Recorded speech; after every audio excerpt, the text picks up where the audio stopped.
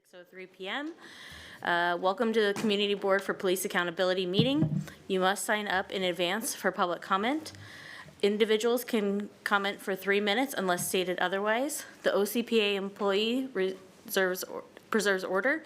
Disruptive conduct such as shouting, refusing to conclude your comments when your time is up, or interrupting others' comments, or the board discussion and deliberations will not be allowed. If you cause a disruption, a warning will be given. Further disruption will result in ejection from the meeting. Anyone who fails to leave once subject to ejection is subject to arrest or trespass. Additionally, the board may take a short recess and convene virtually. When providing your comments, please state your name for the record. Your address is not necessary. If you're a lobbyist, identify the organization you represent.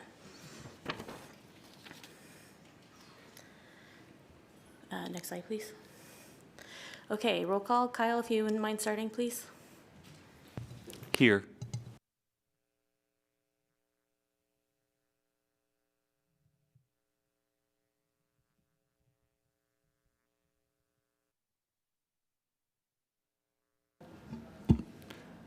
Here.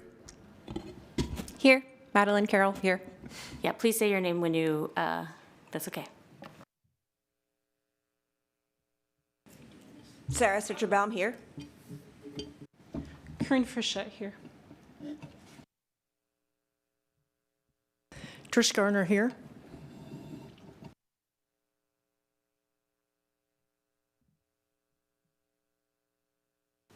Skylar Halsey is absent. Terrence Hayes is absent.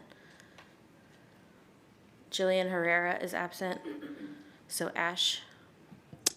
Ash Jimenez is present.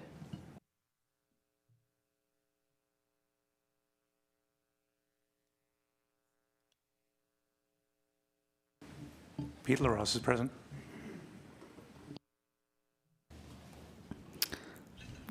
Tita Lane Howe present. Shelley Maddox, present. Jesse Nielsen, present. Tim O'Donnell, present. Tim Pitts, present. Natisha Pratt, present. Dina Ross, present. Atticus, present.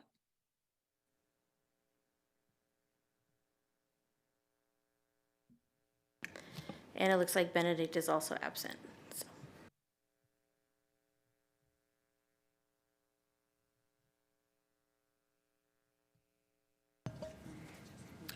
Great. At this time, we want to approve the agenda. It was created by our three members, Kareem, Ash, and Tita. Thank you for your service. Any discussion on the agenda that's been set forth?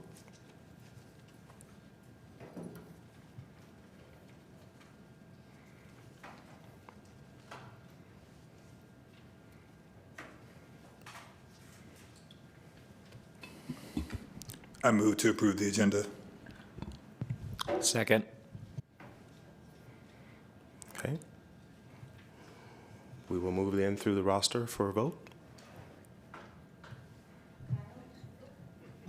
Kyle, Yay. Murtaza, Yay. Justice, Yes. Madeline, Yes. Sarah, Yes. Kareen, Yes. Trish, Yes. Ash, Yes. Pete, Yes. Tita, Aye. Shelley, Yes. Jesse, Yes. Tim O'Donnell, Yes. Tim Pitts, Yes. Tisha, Yes. Dina, Yes. Atticus. Yes. Okay, unanimous. Thank you. Okay.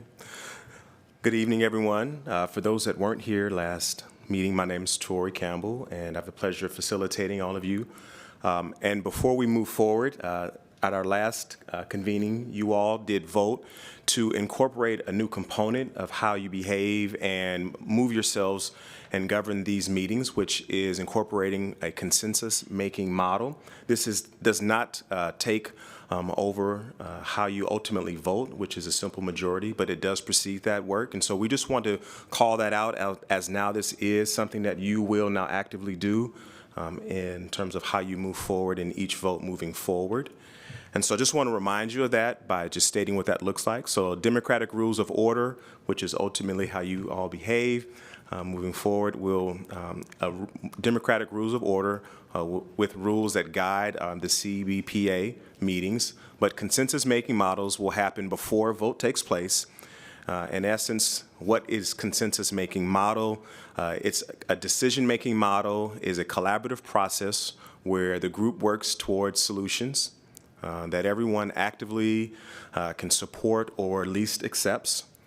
It emphasizes shared understanding, open discussion, which for you as a group that is still in the early forming, storming, norming, really makes sense for where you are today.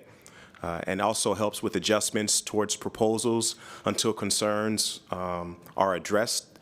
Ultimately, this approach is aimed at balancing both efficiencies and inclusivity, and as well as giving minority viewpoints an opportunity to be daylighted, allowing for both meaningful influence rather than letting them be overridden. And so this is also a chance for me as a facilitator to give those moments to let things breathe and to have pauses, something that is really going to be important for you in the early beginnings. And it's often used in community as well as organizations that value participation, trust, and long-term cohesion. So you will hear me as we move forward. Tonight we have an additional, if we get there and I'm doing my job well, 4 other opportunities, voting opportunities this evening, where we will have this consensus making model opportunity. So you will hear me say, let's discuss. That gives you all a chance to talk. That will mean allowing everyone on the board, both present in the room and virtually, a chance to talk on a particular topic one time through before anyone gets a chance to talk a second time. So I will ask everyone to speak at least one time on a topic so that everyone's voice is heard. That will also mean I will ask the question, what questions or concerns or hesitations are still present? And that will give you all a chance to daylight any questions or concerns that might still be present. Then I will say, have all major questions or concerns been addressed? Can we move forward to a vote?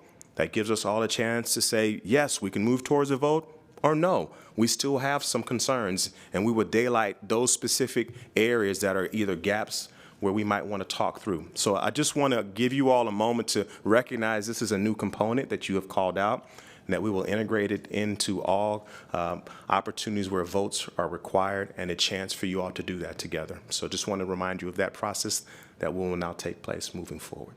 Okay? Thank you. With that being said, we will now move to our public comment part of tonight. Do we have public comment to be made? Yep, first up is Charlie Michelle Wesley. Where do I go? You're going to go to this table, Tori's moving.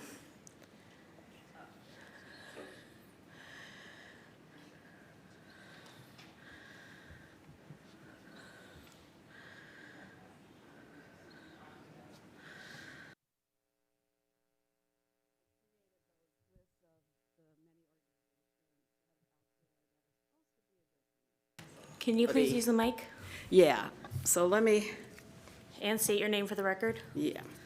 My name is Charlie Michelle Wesley. I am a tribal member of multiple Northwest tribes of this our land that's now called Oregon. I want to thank y'all for tackling this challenging yet overdue mission, which will require the CBBA to be accountable, not just as a commission, but with personal, unwavering commitment to the core city values. Or you will be hard-pressed to meet the mission of this oversight system of real accountability. The charter, Article 10, Section 2 states, "The board shall make provisions to ensure its communities with diverse lived experience, particularly those who experience systemic racism, mental health, addiction, and alcoholism." I've created a list of Portland organizations for you that appear to have been created to address accountability. Root causes, supposedly, through racial and social justice lenses, with diversity. However, diversity of color needs to include diversity of lived experience for any effective outcomes. Yet we still plead for real police accountability against the resistance, such as the city eliminating the most valuable aspects of the oversight system, inserting bias for or against police, only used against those who they assume were biased against the police. And 2 pages of training that did not include impacted community members, knowledge and wisdom of police violence and trauma-informed. Also, resistance by using the deviant loophole to put 3 law enforcements on the nominating committee, despite the Department of Justice, the PAC, 82% of the voters, knew no cops, no former cops, no family of cops due to their inability to hold themselves accountable. Those are just a few of the many examples of how the system supports no accountability. The policing institution abuses its power without accountability for excessive and deadly force, especially against any form of dissent, and mainly defends the powerful. So, to be an accountable committee, take impacted community members' input as truth and wisdom. And as the PAC's values say, we believe those who have been killed or harmed by police may have had their civil rights violated. Outreach to them is imperative to avoid the status quo that has gotten us here now. Acquire an independent special investigator. Demand director candidates other than law enforcement options, which would be contrary to the non-interference principle of the Charter and undermines the measure to operate independent of law enforcement. Special attention to recommendations to change policies, practices, directives, current ones contribute to no accountability. Keep that in mind. And remember, the Excuse me, core Charlie. values bring solutions. That's really important. Thank you.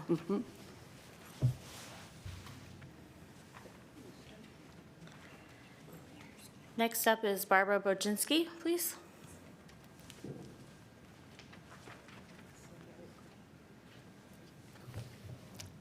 Hello, all you. Thank you for all your work. My God. My name is Barbara Boczynski. I'm with Portland Cop Watch.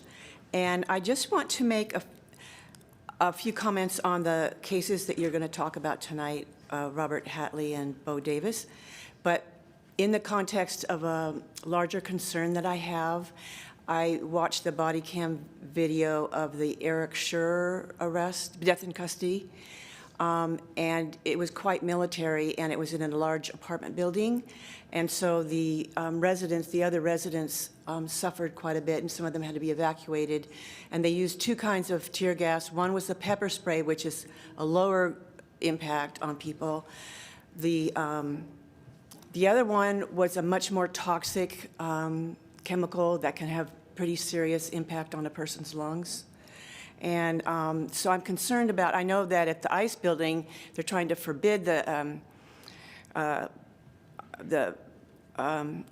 tear gas because not only of the demonstrators, but because of the people in the apartment buildings. Now, I live in a much smaller and more middle class, multiple family housing, but still I'm concerned about if somebody did need to call the police, what's going to be the impact on us if somebody comes around a corner, or I don't know, and could get in a crossfire, or if there's tear gas and people get sick and that kind of thing.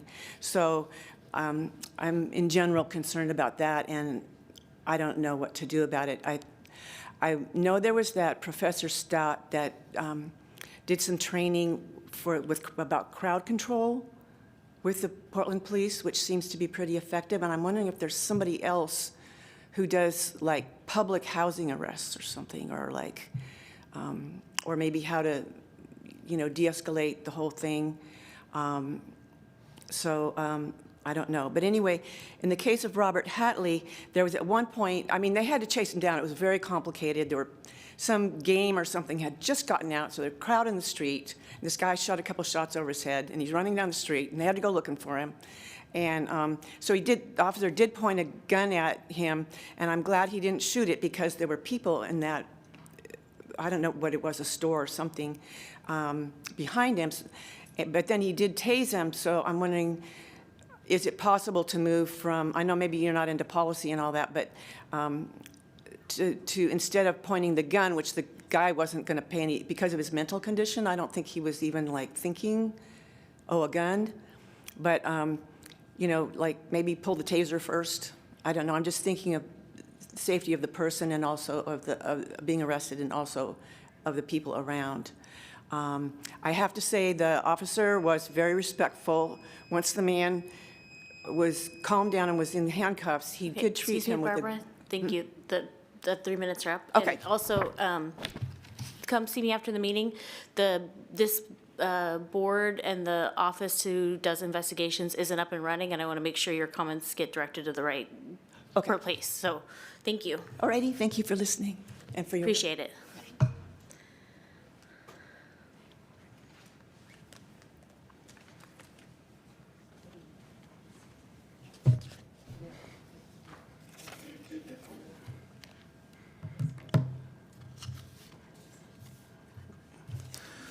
Okay.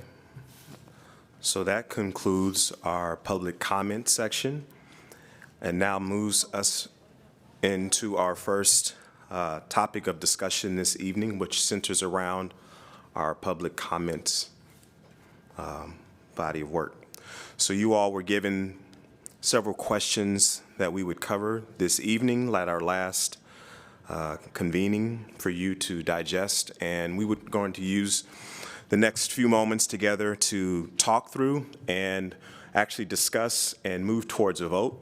And what we would like to do as an order is actually have each person, both in person and online, have you answer each of these 5 questions together collectively. And the goal is to come up with a summation of this to speak to your ultimate kind of view and posture on how you want to approach public comments moving forward for your board meeting. So that is the intent of this section of our work this evening.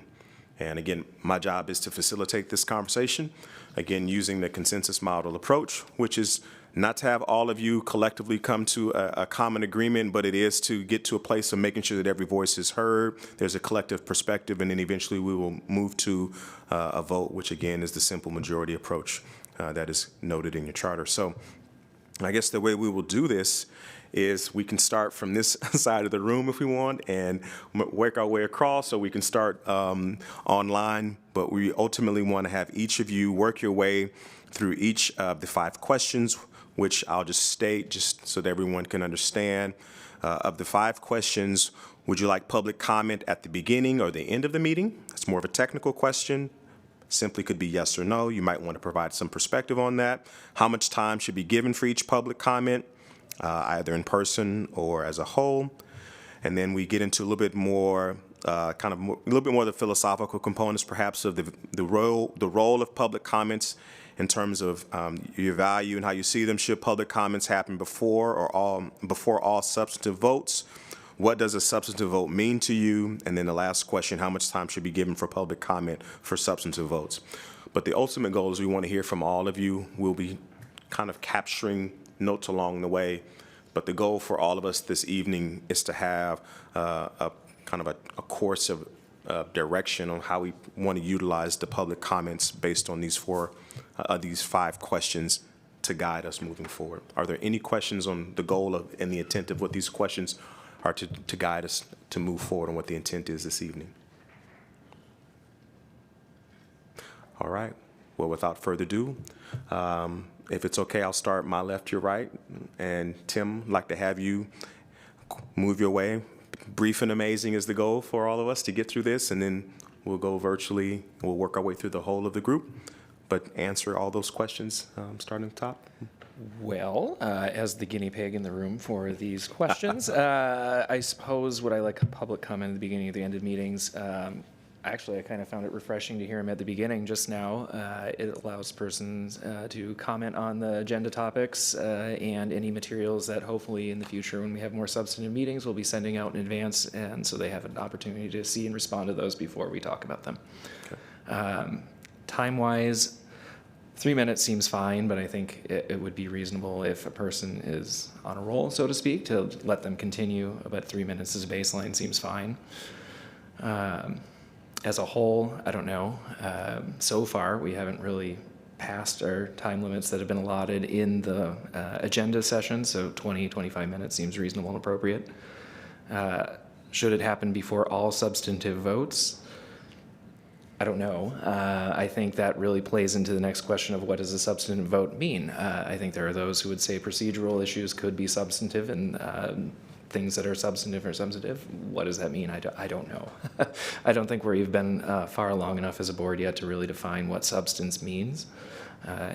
So I don't have an answer to that one, to be fair. How much time before substantive votes? I think that would be shorter, maybe 1 minute to 2 minutes. Why, yes or no, we should vote for or against. Okay, thank you. Kyle? Yes, Kyle Ashby. First question, public comment beginning at the end, why not both? How much time should be given for public comment? 3 minutes, and then with an agreement from the facilitator and a board member, an additional 2 minutes if requested by the participant. Should public comment happen before all substantive votes? Yes. What does a substantive vote mean to you? Anything that affects policy or affects the dollars we spend or affects the community interest. How much time should be given for public comment for substantive votes? As much time as the public needs.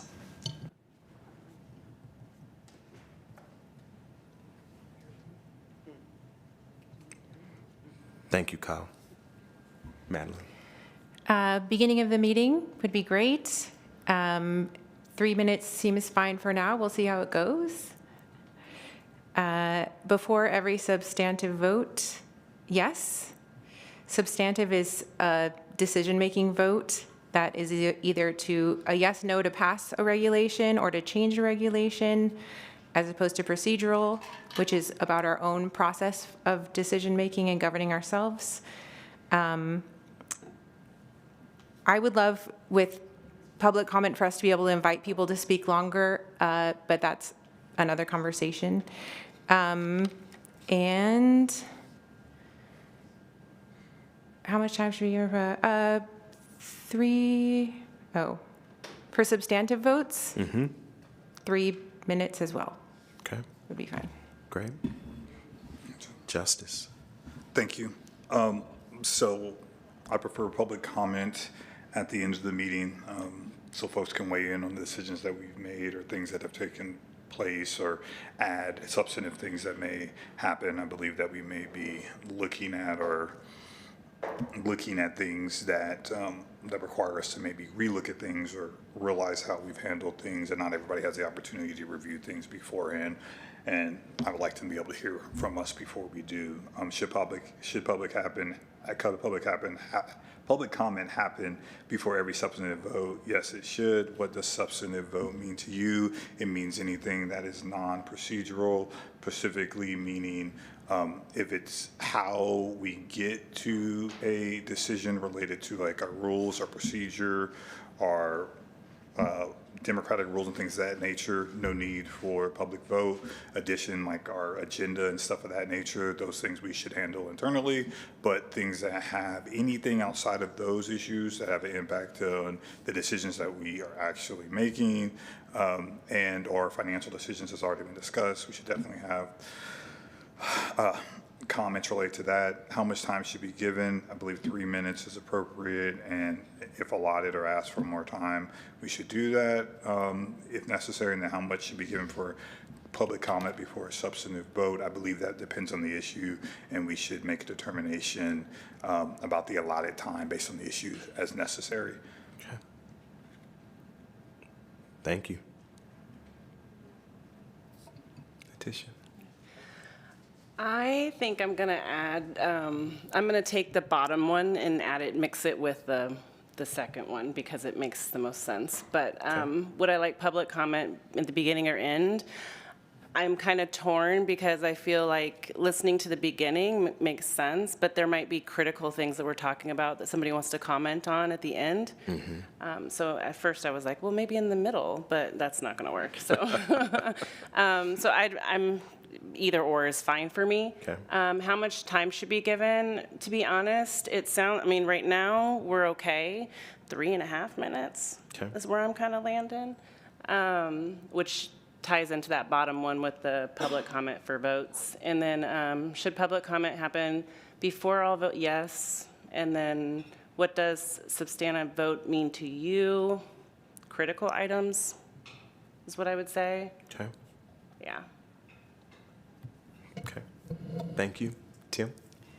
Let's see, so I would also like it at the end of the meetings, same reason as Justice said. I really like the ability for community members to weigh in on what we've talked about that night. I do understand that that makes them stay until the end of the meeting, which that's the downside, but I really love it at the end. How much time should be given? I think a minimum of 3 minutes per person. I'll talk about the time a little bit after the other one too, but 3 minutes for that one. Should public comment happen before all substantive votes? Yes. To me, substantive is anything non-administrative, so if it's not, approving the agenda or something about our own inner workings, then I think we should hear from the public about it. How much time for comment before substantive votes? 2 to 3 minutes. I don't really care. I feel like a little bit shorter on that one would be okay because it is going to be related to a specific topic. But what I really, really would love to see is, I understand it's harder to manage, but a little bit of flexibility on the timer. I could die if I see Joanne Hardesty sit here at 8:15 at night and get cut off when she's telling us stuff like, oh my God. So we should be having timers on ourselves if we're gonna have timers on the public. So just some flexibility there I think would be like really, really important depending on how many people we've got signed up, because right now we'd love to hear more from the few people that we have, so. Great. Thank you, Tim. Diana? Hi, my laptop is being worked on by IT and I have low vision, so if you see me squinting to read the questions, I'm sorry. Oh, okay. Thank you so much. So I would like public comment at the end of the meetings. That's actually feedback that I've received from community members that I've met with. And I agree with that because they have a little bit more to go off of based off of what we spoke about in the meeting. How much time should be given for public comment? I would say maybe depending on how many people are signed up. So for example, if we're giving 25 minutes as a whole and we only have 2 people signed up, we can be a little bit more flexible about the time. And piggybacking a bit off of what Tim said is, I don't think that the timer should be as strict as it is right now. It's just a little bit too on the nose of just like the second it hits 3 minutes, like you're done, you need to stop. I think if someone is on a roll and they're talking and they're passionate, like we could be missing something so important. And if we just gave them 30 seconds, a minute, that could be very impactful. So I would like a little bit more leeway there. I absolutely believe public comment should happen before all substantive votes. I hope that we are able to maybe have a motion on that tonight if possible. And a substantive vote to me, I agree, is anything that impacts the community and the public, anything that's not administrative, so anything that's not inner workings and procedural. And how much time should be given for public comment for a substantive? I would say about like 2 to 3 minutes as well. Okay. Thank you. Benedict? Thanks. So if I think about this conceptually, I think we should hear public comment on any noticed agenda item.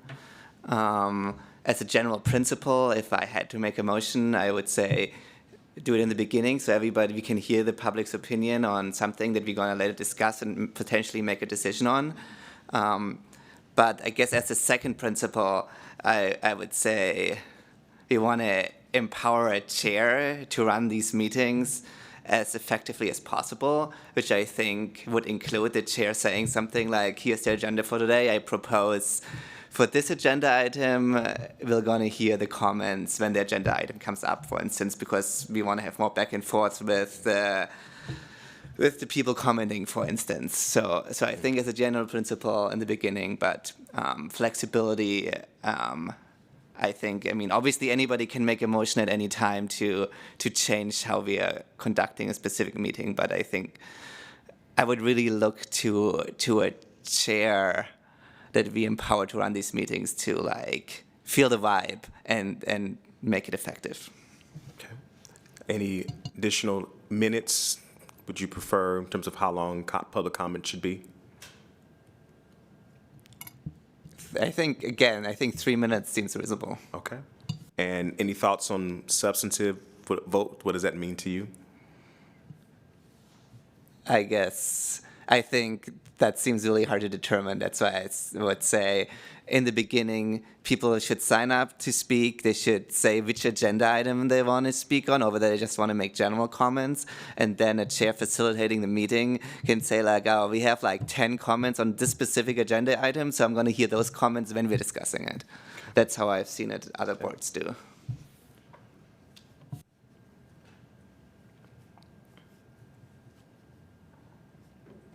So almost weighted based on community interest, kind of that agenda item to you. Okay, thank you. Tita? So I think for me, which was really interesting, it just happened as I was reading that question, I would like to see comments happen before and after, just because I see the public arriving before and also people trickling in as we're meeting, just as I observe. Yeah. I just think that would be a good accommodation for us to provide the public. For me, a substantive vote, that means that we're going to be voting with a majority, a 2/3 majority to be exact. We'll be able to amend our decisions and revise, which I think is a great way for us to move forward at this point. It's a great way for us to create drafts of our ideas and to make improvements, which I think provides me some relief mentally. In terms of time, I think we could be more flexible. I agree with Tim. But a standard of 3 minutes would be a good remainder. I just also want to say I enjoy what Chair Jessica Vega-Peterson does at their meetings with letting people finish their thought or their sentence instead of cutting people off. If we could even extend it to 4 minutes, I think it would even be much better. This is, for the people, by the people, for a reason. And then you might have answered this, but can you just double tap on what does substantive vote mean to you? Yes, just like I said, for me, it's a vote that we're going to be making by a 2/3 majority, and something that we can amend, and a decision that we can revise, which, like I said, is a good way for us to move forward. It's going to be a lot like consensus. Thank you. Ash? Yeah. For public comment, I really think the beginning and the end. I think it gives that opportunity if there's any time constraints for members of the public who are spending their evening with us, as well as an opportunity at the end to reflect on anything they've heard during the course of the meeting. Public comment timing, I would say 3 to 5 minutes. And again, echoing what everybody else says about the flexibility and wanting to not cut people off and hear their full thought, but also we do have to be mindful of our time. And especially if we're going to do it at the beginning and the end, maybe if folks know they have an opportunity to maybe speak again after they've had time to digest. So maybe 20, 25 minutes. As far as substantive votes, absolutely, we need to hear from folks before we're making any major decisions. So that kind of goes into what is substantive. Anything that's an impactful decision that will affect policy and especially budget. And then how much time for public comment before substantive votes? Again, I think I agree with some other folks that it really depends on the issue and also how many folks we have signed up to maybe speak on that particular item. Thank you. Thank you, Ash. Corinne? So for me, it would be at the beginning, and then also acknowledging and encouraging people with written public comments and speaking to those comments in some form. I think mirroring the City Council rules for the time of 3 minutes seems appropriate. I think it's important to be consistent so that everybody gets the same time, no matter how charismatic or well-known they are, that everybody gets the same chance. 20 to 25 minutes is great. And yes, before substantive votes. And for me, it would be community interest and, of course, budgetary matters. Nothing that's necessarily procedural within the board. And I think 2 to 3 minutes is appropriate. Thank you. Thank you. Trish? Yeah, I don't have a big preference as to beginning or the end. Frankly, I think the end, if I had to take a vote, it would be at the end, because we'll have an agenda, and I would hate to see that interrupted. But of course, the comment, needs to be heard, and as I say, I would probably vote for the end. Should it happen before every substantive vote? Absolutely. I look at procedural as administrative process, but I'm talking about administrative process within this group. In other words, we may be deciding a policy matter, how should complaints be received? What's the process in committee? I mean, there might be some circumstances where something that looks kind of procedural might have substantive weight. So I guess what I'm trying to say is procedural has to do with our intra workings. How much time should be given for public comment? I would say 3 minutes, but I would also say an additional half minute so someone can finish their thought. The other question I have about that is, what if one of our members has a specific question? I'm not entirely sure how we deal with that, but that's something to be thinking about. How much time? I would say 20 minutes, but again, I'm not dyed in the wool about that. Yeah. Trish, I want to circle back on the substantive vote. You were kind of teeing up the kind of the procedural components of Right. that would be an instance where you would not necessarily call that a Right. substantive vote. So anything that's outside of the procedural, you would indicate Right, as a right. substantive vote component. Exactly. Okay, got it. Thank you. Sarah?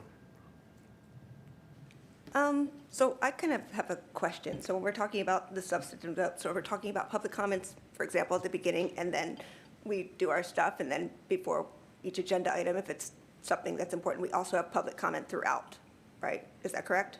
I think we're trying to discern as a Okay. group, when do you want to have public All right, comments? so, so I'm thinking like public comment, there's the general public comment, and then there's ones that are about specific things that are on the agenda.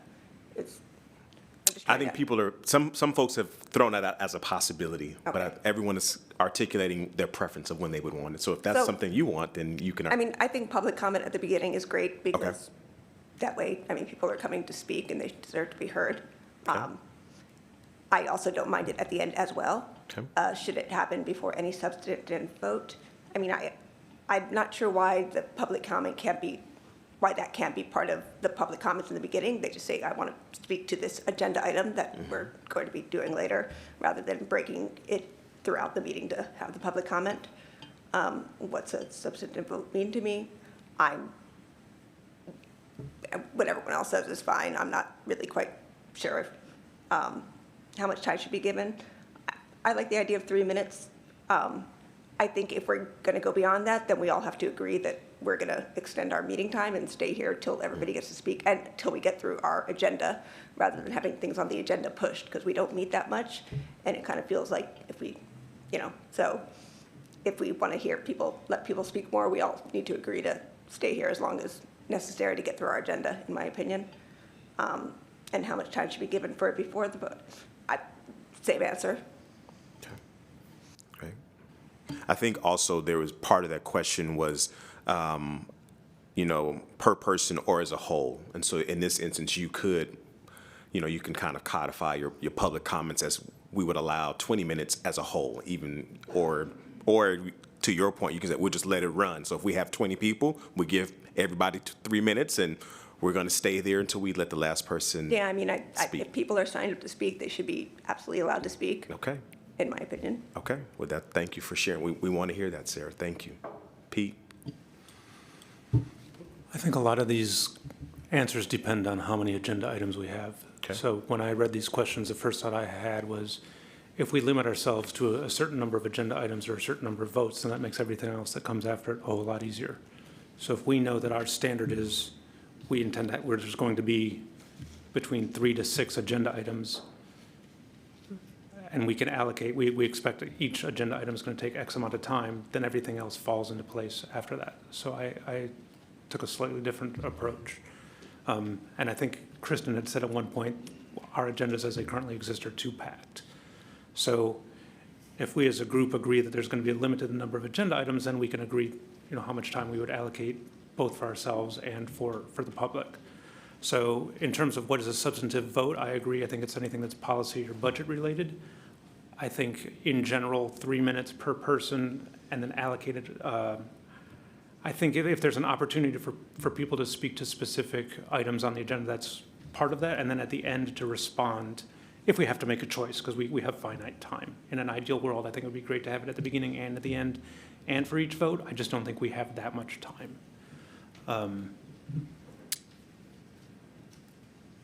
So yeah, that's basically it. First question then, you might have touched on it, but just to be clear, would you like public comment to happen, preference before or at the end? If I had to choose, I would say at the end, so people can respond to what was decided, to what was discussed. Or discussed. I do appreciate, though, that it can be a challenge to wait until the end. Can be a long time. Okay, thank you. Shelley? Yes, I would like to have public comment at the beginning of the meetings. I think it centers community voices in a very important way. I think it makes sense that they'll have additional time to contribute in advance of any substantive votes that follow. So yes, public comment should happen before every substantive vote. I really like the way that Trish summarized the intra-procedural piece versus substance. And I think that Kyle did a great job talking about substance in terms of policy, budget, and community impact. In terms of time? I like 3 minutes. Okay. I think it should be respectful with flexibility as needed. And I think something we should think about for the future is listening sessions. Okay. Great. Okay, at this time, we're going to go to those that are participating via virtual. Atticus? Hi, Atticus. Public comment, I say why not both for an as-needed basis. There's definitely accessibility and equity concerns with having people stay the whole meeting or even just showing up in person. Like, it looks like we did have an online testimony that we missed due to the confusing directives that we have for sign up online right now, which definitely needs to get streamlined. So Mark, thank you for setting up and bearing with us through the confusing process. But yeah, I think beginning and end is great. I think listening sessions is a great idea for it definitely to center public community voices. I think 3 minutes is a good time, but I do like equity a little bit more in this sense where some people just might have a little bit more to say. And I think that 2 more minutes per request makes sense. And I think that we should not cut people off unless it's like, many minutes after. Should the community board for a comment? Yes, I think it should happen before all substantive votes. This is the community board for police accountability, so the community's voices do need to be centered before substantive votes, I think. And to me, a substantive vote means policy work, casework, and decision-making, and other critical items that have a direct impact on the lives of the community members that we are ultimately governing. And yeah, I think the timer for substantive votes, I think should just be an as-needed basis. Thank you. Okay, Murtaza? Yeah, I agree with what some of the other members said, that I would prefer, if possible, to have it both beginning and end, to allow for increased access to the community, along with, for especially at the beginning, so people can comment on events that may have happened since the last meeting, or if they didn't get to speak at the last meeting, and then at the end to comment on what was discussed during the meeting. I think 3 minutes is a good baseline, but I agree there should be flexibility if possible, especially if time allows for it. And that I second that for the substantive vote time as well. And definitely, yes, public comment before all substantive votes, which I feel is anything non-procedural, anything that impacts the community, policy, financial, would count as substantive to me. Any thoughts on how much time should be given for public comments for substantive votes? Same, 3 minutes as a baseline, but allow for flexibility if time allows. Great. Thank you. Who else do we have? Jesse is also online. Jesse?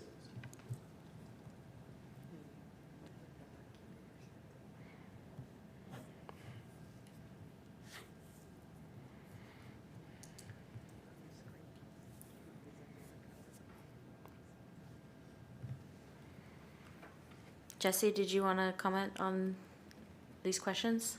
Oh, yeah, you ready for me? Thanks. Yeah, I prefer public comment to be at the beginning of meetings. I know some folks have expressed an interest in hearing feedback after the meeting. One thing is I'd like to make sure that there is an option for people to submit comments online and have that be part of the meeting record. That's something that we can review. And that would be a way to get that sort of feedback, and also an accommodation for people who can't be there at the beginning of the meeting.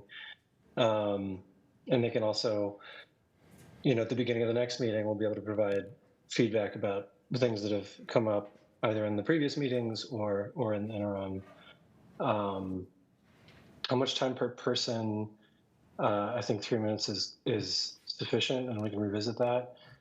I understand the desire for flexibility, and I agree that letting people finish their thought is appropriate.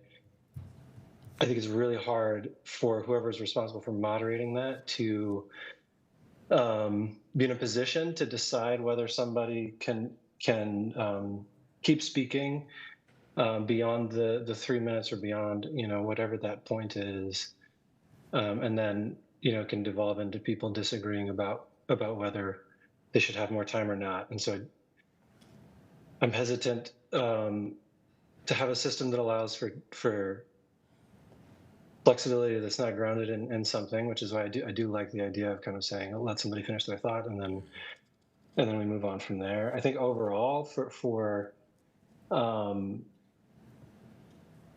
public comment, I think 20-25 minutes is fine. I don't have a strong opinion on that.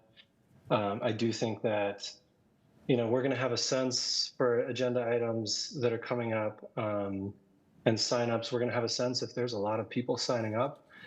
Maybe that's a sign that we should, for that meeting, decide as a body to allow more time for public comment and shorten our agenda items, and make sure that there's time for that, and then we're not cutting off a bunch of people. But I think that we're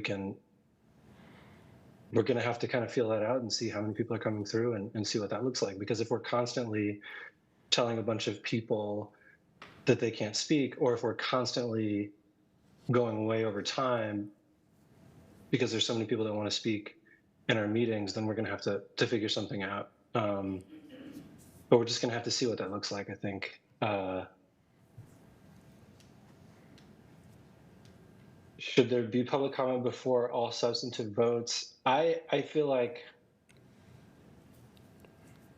I can't remember who said it, I'm sorry, but people can, at the beginning of a meeting, provide, of course, information on something that we're going to vote about. But it also makes sense to give people an opportunity, if they want to hear our discussion and then they have something to say, that would make sense to allow that. I do think that it should still be limited in time, and 3 minutes seems reasonable to me. But in terms of what a substantive vote is, I think this is really tricky. I would just say if it's on our agenda and somebody has something to say about it, they should be able to say something about it, because ultimately coming up with a definition for that is going to be really difficult. And I bet there will be times where we disagree, and where the public disagrees about whether something is substantive or not. And rather than having to debate that for discrete issues, I think that if somebody wants to show up and talk about something that's on our agenda for 3 minutes, they should be able to do so. And I wouldn't narrow that in any way. Because I think that if something is really important only to our group and the way that we're governing ourselves, and it's really our interpersonal dynamics or really within our group, people are not going to have anything to say about it. But if it has an impact beyond that, then maybe somebody will. Yeah, does that hit all the I think you just need answers to, there? you might want to double tap on what does substantive vote mean? You touched on it lightly, but maybe can you reaffirm what that means to you? Well, I guess I agree with the idea. I think that there were a couple of different folks. Justice, I think, maybe said procedural, and somebody else mentioned administrative. Those are the things that I would say are probably less likely to be substantive. But like I said, I mean, I don't think it's something that we're going to come up with a definition that's going to encompass everything as we start moving through our meetings. I think we're going to feel like we missed something. And considered something to be not substantive by our definition, and then it came up and we go, actually, this feels kind of substantive. So I don't, if I had to put something on it, I would put it in that kind of administrative / procedural bucket, but I wouldn't feel confident about it. Okay. Thank you. Yeah. Okay. Is there anyone else online that we're missing? Okay. Thank you, everyone. Who was taking notes? Who wants to do a summation of everything that was shared? Yes, sir. Could I just, I was just thinking about, I think we missed one important thing. Please. Which is one of our main businesses reviewing cases of police misconduct and deciding whether police misconduct might have happened. And I think the city code says that we have to make these decisions solely based on the investigative record. So I'm not sure we even could take public comment on it. So it might be good to hear from Heidi if she's on whether there are some legal considerations what we can hear public comment on. Would you like me to respond? I am here and I've heard everything people have said. Sure, Heidi. Great. Yes, when you're talking about disciplinary matters, and there would be, a vote happening, and there wouldn't really be a place for public comment in that, because it's going to be a vote on whether employee engaged in conduct that violated whatever, policy Y. And therefore, there's not a space for public comment on that. Outside of that, though, there really is space for public comment everywhere else. One other thing I just wanted to mention really fast is I heard someone mentioned about a substantive vote being more than a majority. And I just want to remind folks again that code does limit it to a majority vote, except if you're deciding to remove an OCPA director. And in that instance, you can have requires a 2/3 vote. Did that answer your question, Benedict? Great. Yeah. Thanks for. All right. I did take notes. So, and what I'll do, again, we're trying to make a summation of how you want to handle public comments. So even though we're talking about these in pieces, these are all ingredients towards a dish. Take that analogy. So with respects to, would you like public comment at the beginning? This was the one ingredient that you all differed on the most, almost like a split. So like 1/3 of you said the beginning, 1/3 of you said the end, and the largest group of you said either or. Great. We'll come back to that in a moment. How much time should be given for public comment? That was pretty consistent, 3 minutes as a baseline. Many of you said could always have a little bit more, but everyone to a person said 3 minutes as a beginning felt right. There was some, gave a little bit more nuance given how much space or time we had. There was also some general sense of you really wanted the public to felt heard, but also wanted to give some parameters and some space too. So I think that was some general consensus there. See some heads nodding. I can't see virtually, but that was a general consensus in my note-taking scorecard. If anyone felt different, hit the button. Should public comment happen before all substantive votes?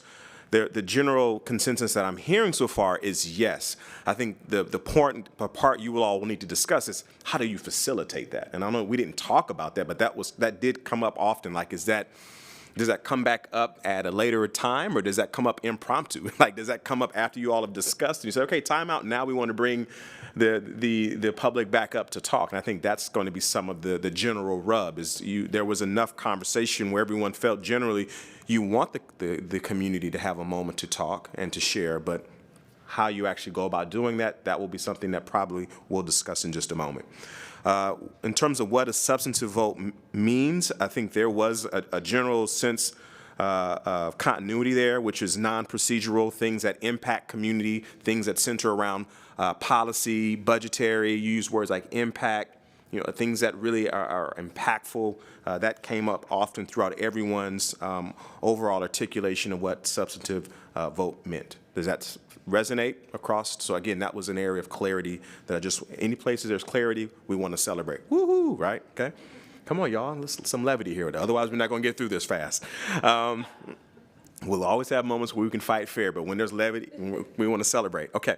And then the last one is how much time should be given for public comment on the substantive part. I think I appreciate that. You're like, well, if it's a serious decision, we want to give community a chance to also have some space to talk seriously with us as well. So yes, we want to be mindful of time, but we also want to give them a chance to weigh in because we're getting ready to make a serious decision as well. So again, time constraint, yes, but also let's not be too aggressive on the button, you're done. So I think we heard a little bit of that there. So some continuity there across the board. Does that sound right? So we're starting to see public comment as the way this group wants it to work. Okay, the clumpy clay is starting to take some shape. Is that feeling good? So the goal here is at some point for all of us to be able to vote, and that vote is a way that we can all leave articulating what our public comment posture and stance is as a group. So does anyone want to take a stab at what you feel like our public comment might sound like at the moment? No commitments, just something in jello at the moment from what you've just heard from everyone. Yes, well, you mentioned the procedure part of it. How should that work for public comment before substantive votes? One idea that I have is for each agenda item, we have one round of discussion like we just did right now, where either everyone speaks or everyone who wants to speak has spoken, and then we have public comment in the middle. People can sign up for public comment on each agenda item in the beginning of the meeting and anytime before that agenda item comes up. And then we have our round of discussion and then public comment time, and then a second round of discussion and a vote is kind of what my idea is. And another thing that I'd like to touch on is when it comes to substantive vote and what that means, I think if there's ever a subject where it's a little bit blurry, any member should have the right to speak up and say, hey, I think this is substantive and here's why. And we can have an open discussion on, is this substantive? If any time that, even after we have a definition, if it's ever blurry, we can have the right to kind of have that discussion as well. So that's kind of my idea. Okay. So that's one idea thrown out of the one area that seems kind of the largest bucket of gray paint right now. I'll go Kyle, and then I'll go to Tim. I'm not committed to any final decision. In reality, I just want to be able to have like a barometer of how the crowd is feeling. Like basically, I look at Charlie's face, and if I'm pissing her off, I'm gonna be like, hey, what's going on? Basically have a sense of what's happening in the crowd. Yeah. And being able to reopen public comment based on sentiment would be great. Okay. Tim, and then Madeline. Yeah, so I really agree with what Dina just said about hearing round of discussion, hear from the public, and then further discussion so we can incorporate the public's comments into our own internal discussion before we vote, I think would be really, really valuable. Also, I think Jesse made a really excellent point about what is truly the harm when we don't have a whole heck of we love the people that are here, but we're not overrun with the public commenting on things. So if somebody wants to talk about something on the agenda, then let's do it, because frankly, it seems like a waste of time for us to go through a process of determining if something's substantive or not. Just say, does anybody want to talk about this? And if they do, then hear from them. Okay. Madeline? Yeah, support what Dina said in her proposed, piece, definitely. And another option would be that our agenda committee could note what they are considering substantive votes in the agenda. And if anyone would like to suggest changing one of those agenda items to a substantive vote at the beginning when we're approving the agenda, they could do that. Or we also, I don't know, maybe there's a email the agenda committee part so that we don't have to do it in a meeting either. But I like the idea of being able to change our mind if we want to. I think the comment at the beginning obviously can be about anything. And so that's the opportunity for people to weigh in on things that we maybe aren't going to take time to, in the middle of our discussion, get more input on, so that we make sure that we have, if people do want to talk about things that we aren't considering substantive, then that would be their opportunity to do that. Okay. And I think at the beginning and the end would be ideal. And I don't want us to run out of time and then not allow people enough time to speak. That's my main concern, because I know we tend to go over the time that we've allotted for things. Okay. Anybody online before I go back? Anybody online? Is there a hand up? Yeah. Go for it. Thank you. So yeah, it looks like it's on the topic of taking public comment as needed throughout the meeting. Yeah, we currently have Mark online who would really like to leave public comment, but that is not available at the time, and I'm not exactly sure why. So Mark, I am really sorry about that. If you would like to type out your public comment and perhaps one of us on the board could read it aloud, that might be something that we could do. But then on this note of everything else, yeah, I basically agree with Madeline on a lot of that. Okay, thank you, Atticus. Justice, and then there was Benedict next, and then and then Pete. I think I got that right. Sorry if I didn't. Mike, please, sir. It's clear that everybody wants public comment. It's clear that everybody believes there's a time frame and we want flexibility, and we have these issues. My primary concern here is the time we have to get work done. So we had 6 minutes of public comment today.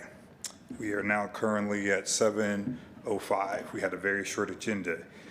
For everybody to get through the process to actually talk, and we're supposed to be done at 7 o'clock with this particular item, for everybody to get to the process to actually talk, it took us about 45, 50 minutes to do that. This goes back to my point last week, but I won't rehash it.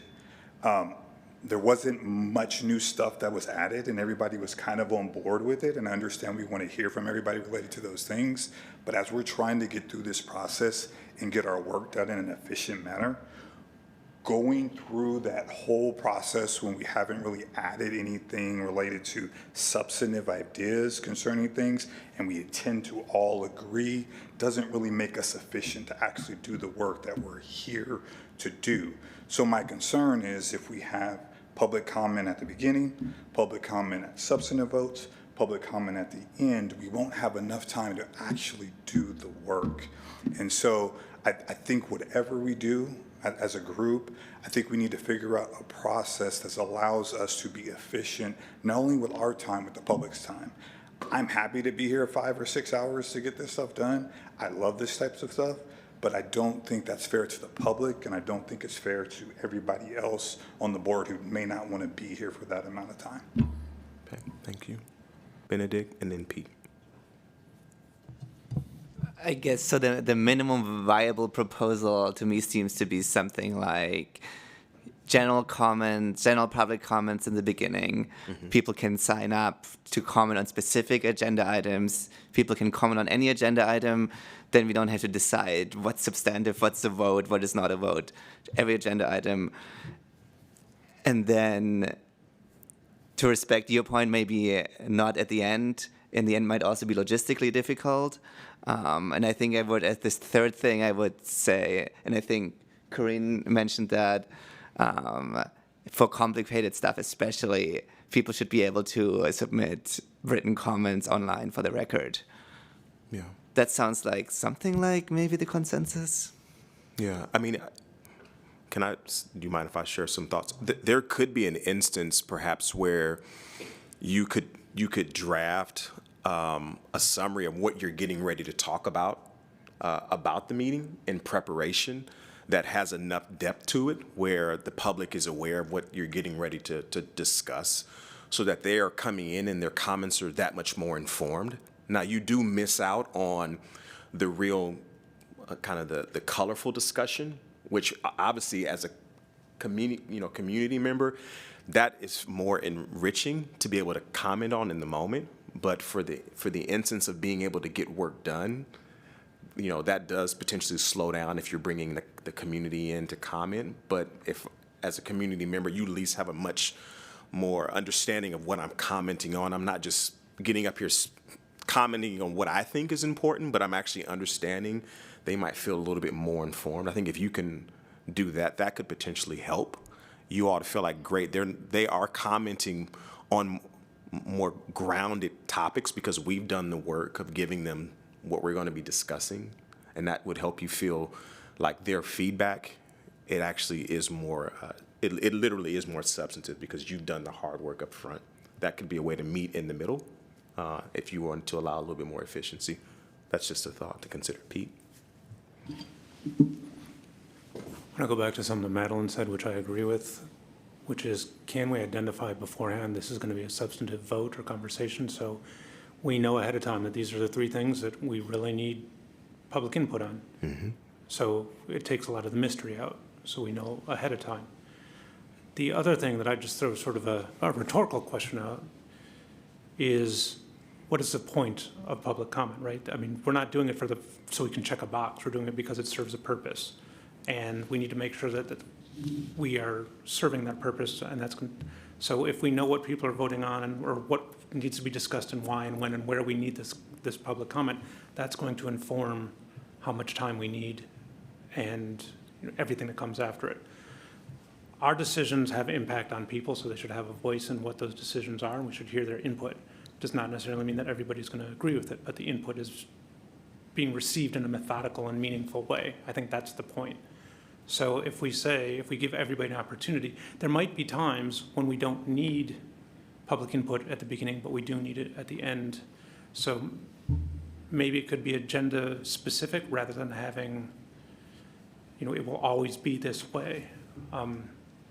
I do believe that the public would like to respond to what we have discussed. That's why I like the idea of having it at the end, because then there's some meat on the bones.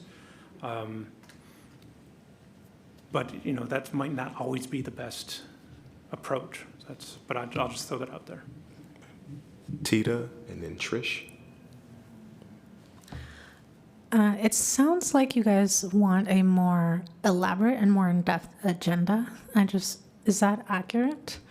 You were like further clarification? Say more. Say more when you're. It just sounds like, just like from what you were saying, that you would like an additional document or an additional written form, but we're already creating a group of volunteers to write these agendas, and perhaps they could also be the ones to assist us in which items could involve this type of vote. I mean, if that would, this is me. If down the road, once you have Yes. leadership and other things, if Yes. that would help support Absolutely. readying the community to speak, Yes. to be able to speak to it, that could help you all to feel less pressure. Absolutely. That's exactly it. Yeah, that could be a potential. Trish? Yeah, I agree with what Pete said and Madeline. I kind of wonder whether the agenda setters could set recommended times for public comment. I mean, obviously, there are going to be some things that, we don't have to roll out 20 minutes each time. And I'm not saying that that is necessarily hard and fast, the agenda setters. But I think that might be a possibility of having the agendas setters make a suggestion as to the amount of time for public comment. Okay. Yes, Kyle. Yeah, I tend to agree that we have like a moral obligation to be efficient and efficacious in our work, to protect the public interest and their dollars. And at the same time, there's a deep mistrust of government or quasi-government process. And so I want to balance our desire to be like effective with the fact that people want to engage in civics, and there is a reticence that it can be a good use of their time. So for me, I want to make sure that the public feels heard, and at the same time, I want to get our work done. I guess the framework I'm operating in is that we need to be able to throttle how speedy we are and how much we're taking time to listen, because there's a mistrust that we will be effective. Yeah. Can I say something, Justice? And then I'll let you speak. What I'm hearing from you all is there's, and I think you're tapping on it, Kyle. There's two things that are at play here that are both supportive of this group. You all definitely want the community to have tons of opportunities to share their thoughts and feelings with you on a regular basis. We might call that general comments. And you definitely want the community to have space to share their thoughts and feelings when there's substantive votes on substantive votes, right? But there's, Pete, what you said, you want that to be done in very strategic ways. Like it needs to be done in a way that it doesn't always have to be done every week, all the time, because then it's going to take away from the efficacy of the work that needs to happen, right? There's an efficiency that you all need to be able to come in here and say, we're going to get work done.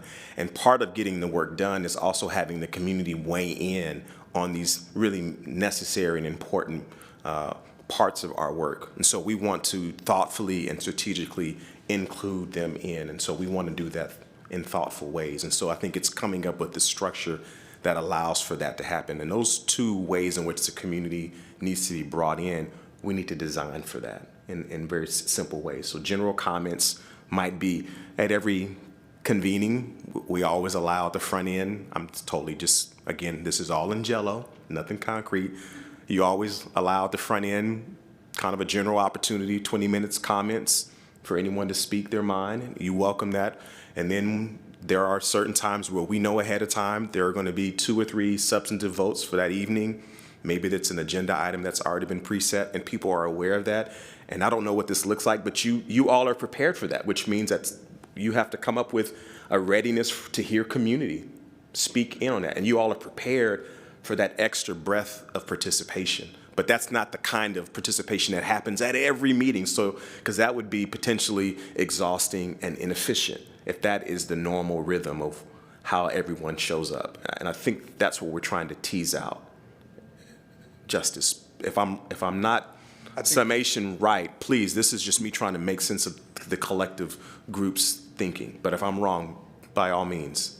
Yeah, so that wasn't my point. My point is our internal process here. Sure. What we're going through is the lack of efficiency Yep. of what I'm talking about. It's not adding substantive things that need to actually be heard, waste of time. I want to hear from the public. It's quite the opposite. I want the public to be able to talk because that's going to gauge and help me make my decisions as I'm trying to go through it. The inefficiency is what we just saw right here, where we all went around and had to answer 5 questions without adding any real substantive parts of it. And now we're going through the secondary portion of it. So we're 7:19 now, haven't moved on from the agenda, and we're still haven't even got to a vote to be able to get that. That's what I mean by the inefficiency related to what's going on.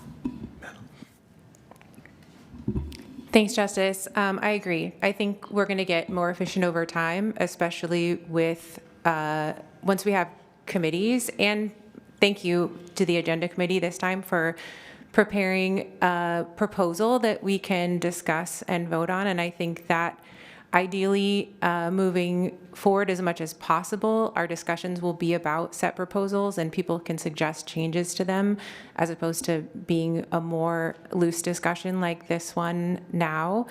Thank you, Tori, for taking us through this process. I know this has been a rough start for all of us, this whole process so far, and we're doing our best. But I agree. I think hopefully moving forward, we'll have more efficient conversations and we'll be able to take a temperature read maybe at the beginning to see if we even really need discussion and if there are any serious opposition points to the proposal at hand.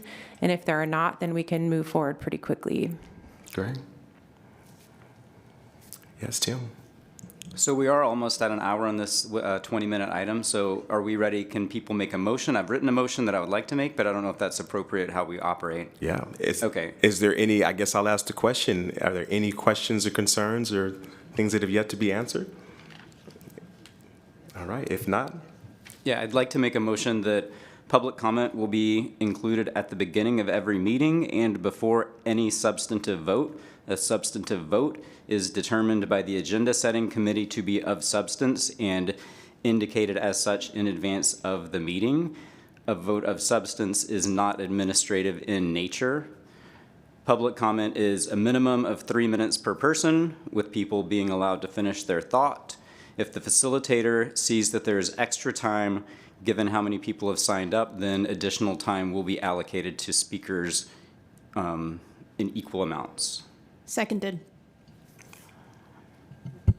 I would ask to make one amendment or addition. I would like to have in our vote an opportunity for written comment with the advance substantive vote being posted for either board members or members of the public to be able to submit written comment, argument, additional materials for the board to consider prior to us meeting.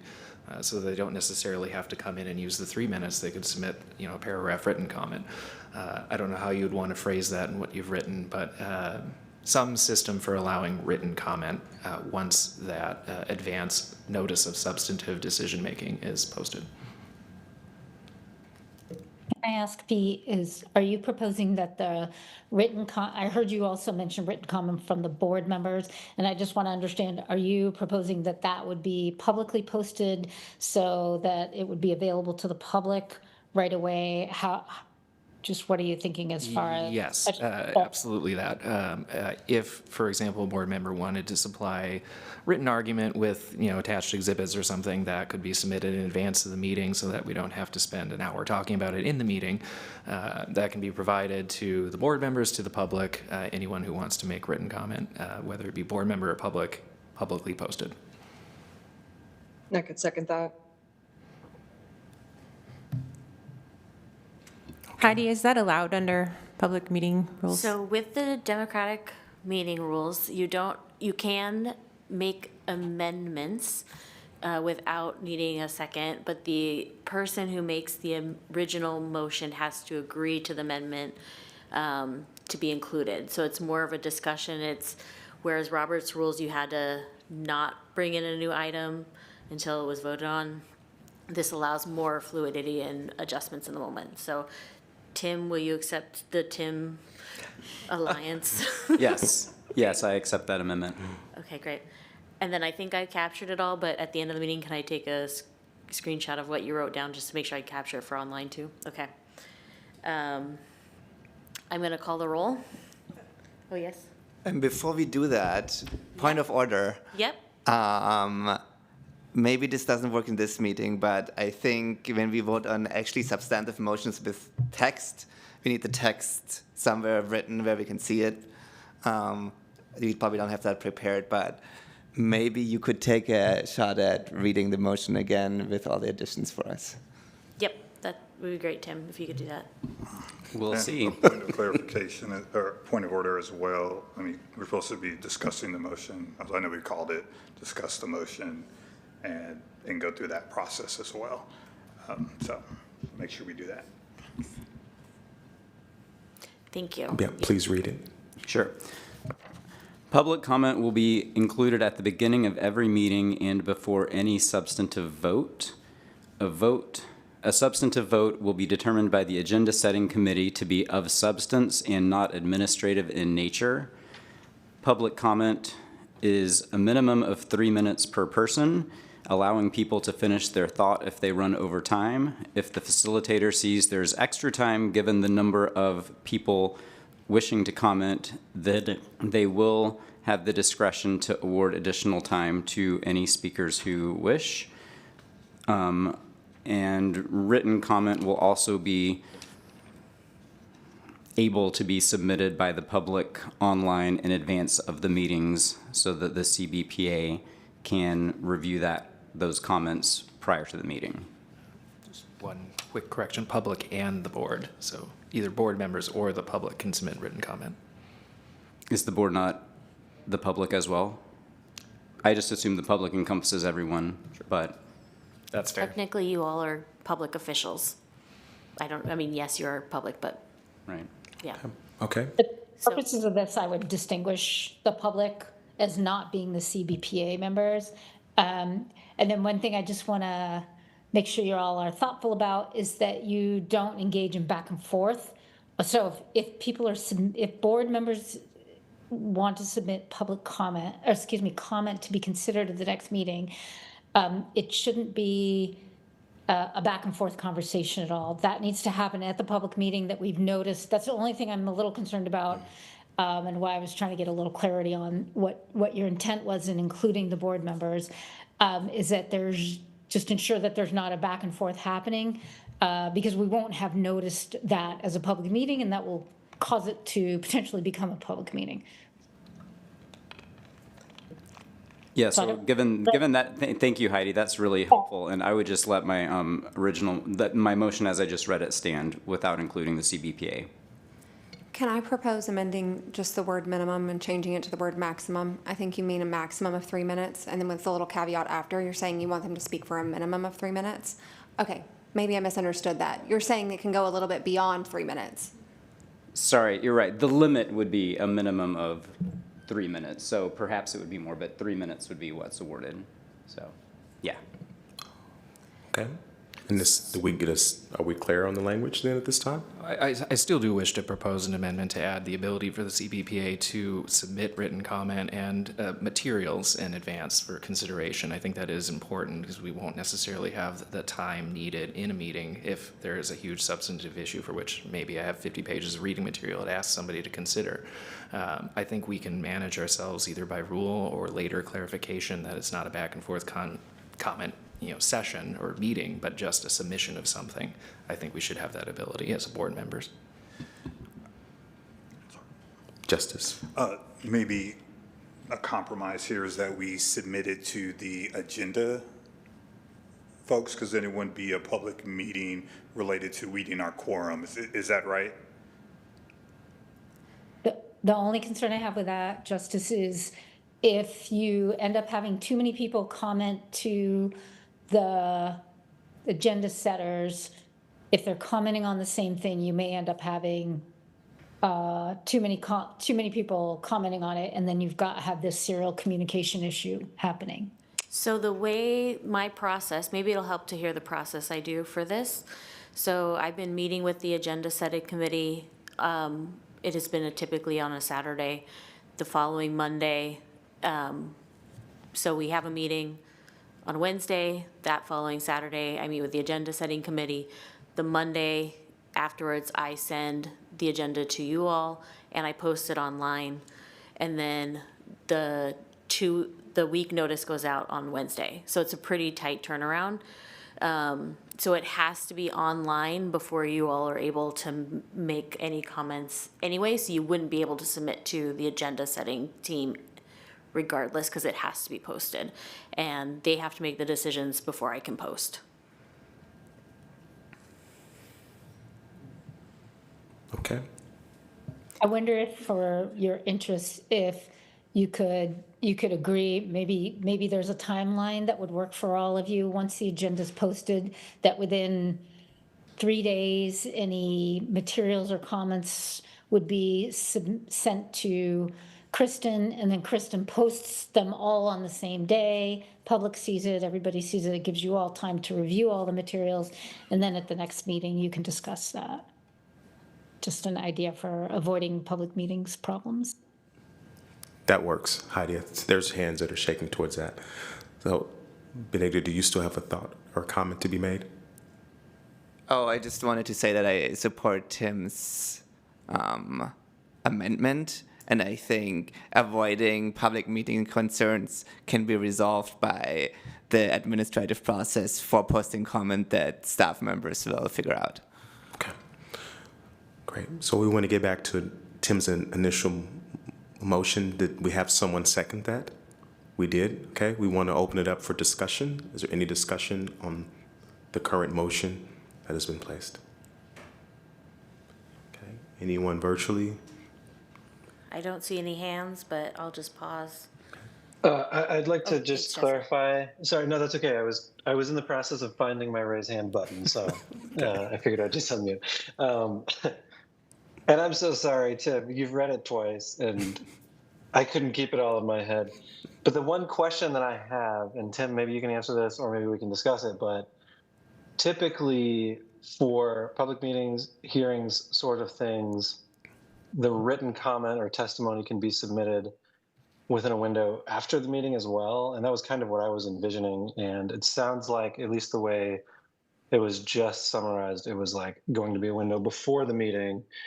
I'm hoping that it can also be something that people can submit during or after the meeting for a certain period of time, so that there is that sort of feedback happening after a meeting is done, after business is conducted, after we voted, but it's still part of that process.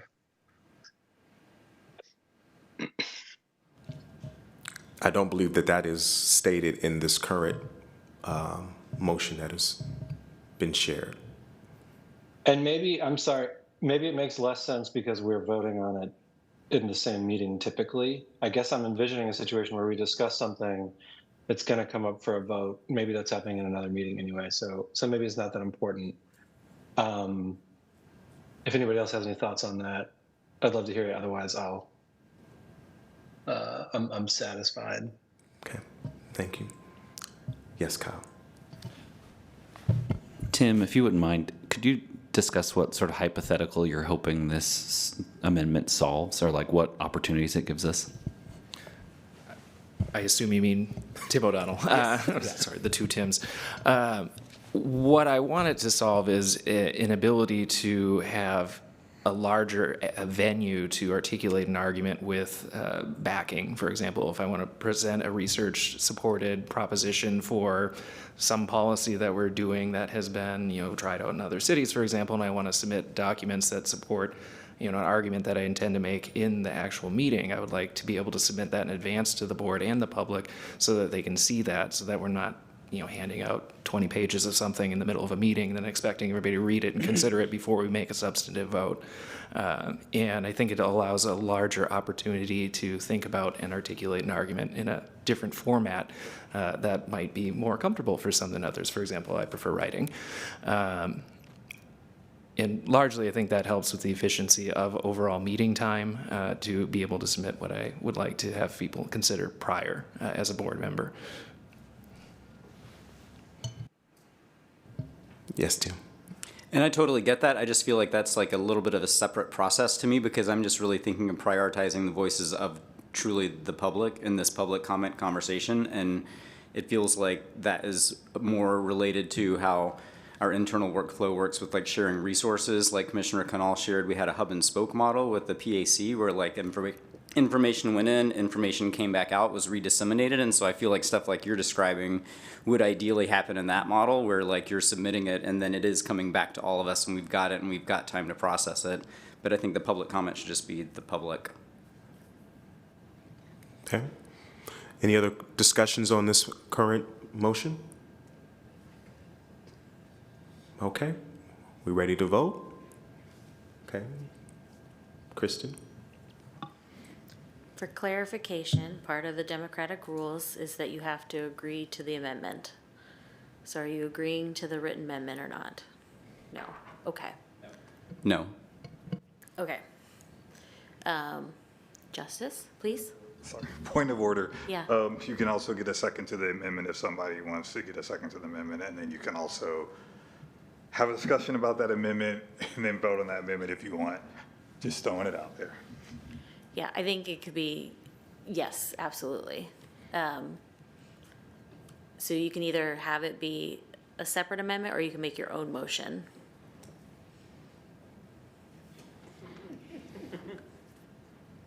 Yes, Tisha. Tisha.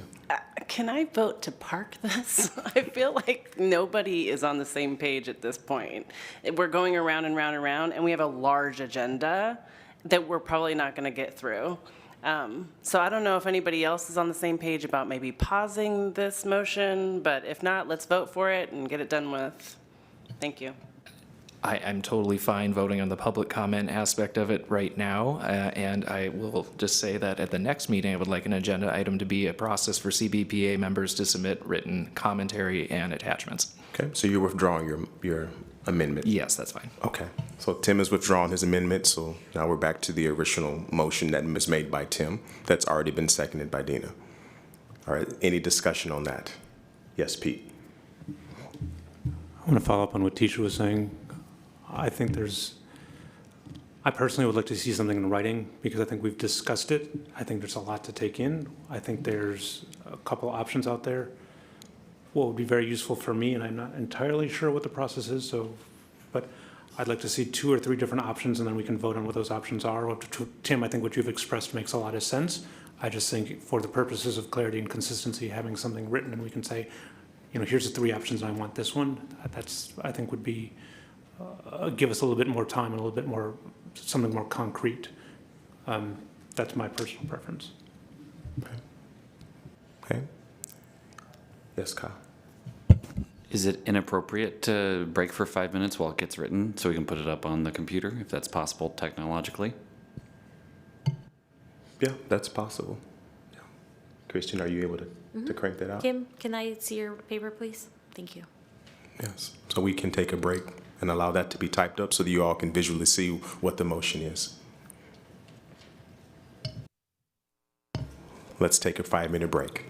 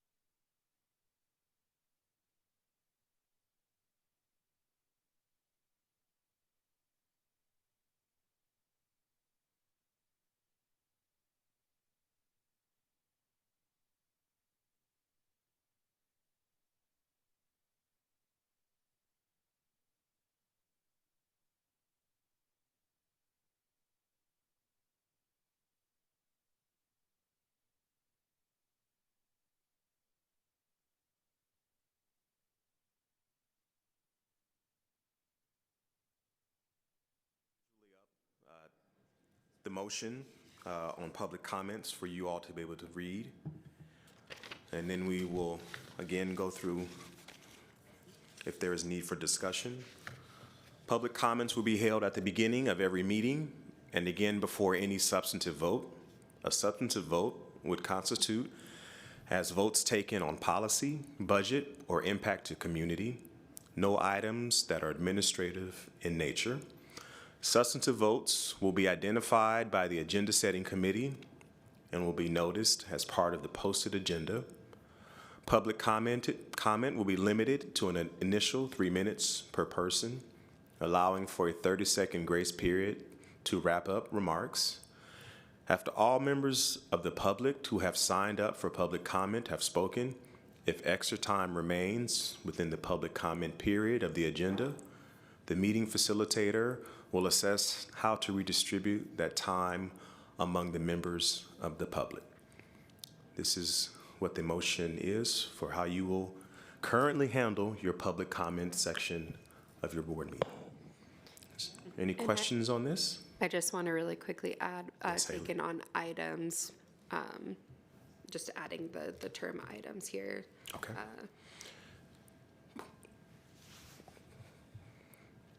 Questions, thoughts? Are we going to allow written public comment in some format somewhere?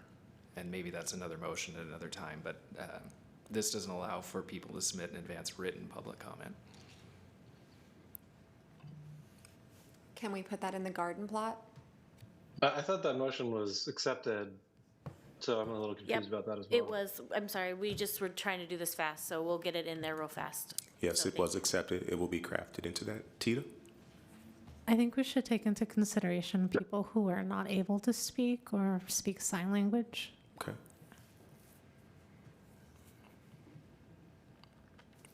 Any other thoughts or comments on this? Okay, we got the written in there. Thank you for calling that out. Apologies for missing that. Thank you.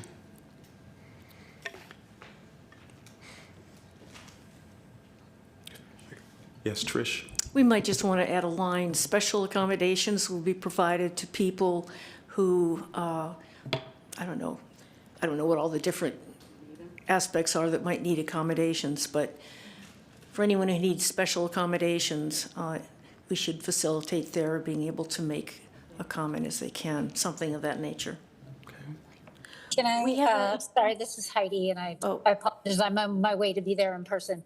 But would the board maybe consider calling it a reasonable accommodation if you're thinking of an ADA type Yes. thing? Thank you. Kyle? We Sounds also good to have me. online at every public meeting the option for folks to request interpreters, to request a sign language person to, so that has been a part of the structure since day one. So that is in place for people to have. Excellent. Kyle? So if I'm reading this correctly, Tim Pitts, let me know if I'm getting it right. So we ask if people have public comment before a substantive vote. If somebody realizes that once a member of the public starts speaking, is that then facilitated, or is that then adjudicated by the facilitator if there's extra time, or can people sign up after the public has begun speaking, like on the specific topic? Does that make sense?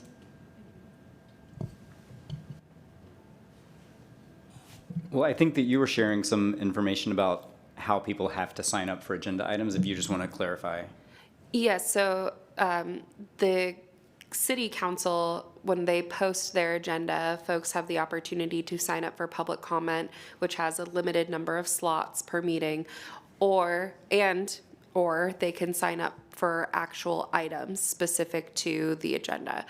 So public comment at the top of the hour is just general things that people want to bring to them about the city's work, but the ones that are focused on agenda items are very specific to the ordinance report, whatever's being considered by council. So what we were talking about is we can start finding some ways and working with our technology partners so that when we are posting the agenda, folks could identify where in the meeting that they would like to testify. That is a level of advancement that we would have to work towards. So that's not something that we could promise for perhaps the next meeting, but is a structure that we could stand up as we do transition to a more formal system. So, just to be clear, it doesn't sound like in situ. If somebody realized in the moment they wanted to give public comment, they would still be able to? In certain instances, city council has allowed for folks in the audience to testify when they've realized from a procedural standpoint that there is something new that wasn't posted, that they want to open up that opportunity to folks to be able to come up. So there have been instances. It is more of an exception than a rule. So I would say best practice would be to have folks sign up or at least quickly indicate their interest, right? If you can see that there's only 2 people signed up and you know that there's 20 minutes allotted and you have a ballpark of 6 minutes being taken up, you know that there's going to be, 14 minutes that's game. So you could even vocalize that knowing who's signed up and say, we know that we will have time remaining. If there are folks who would like to sign up now for testimony, please do so. And that might help you from a procedural standpoint, not to just be turning towards the crowd and saying, anyone want to come up kind of deal. So Thank you. That's helpful. Okay, Justice.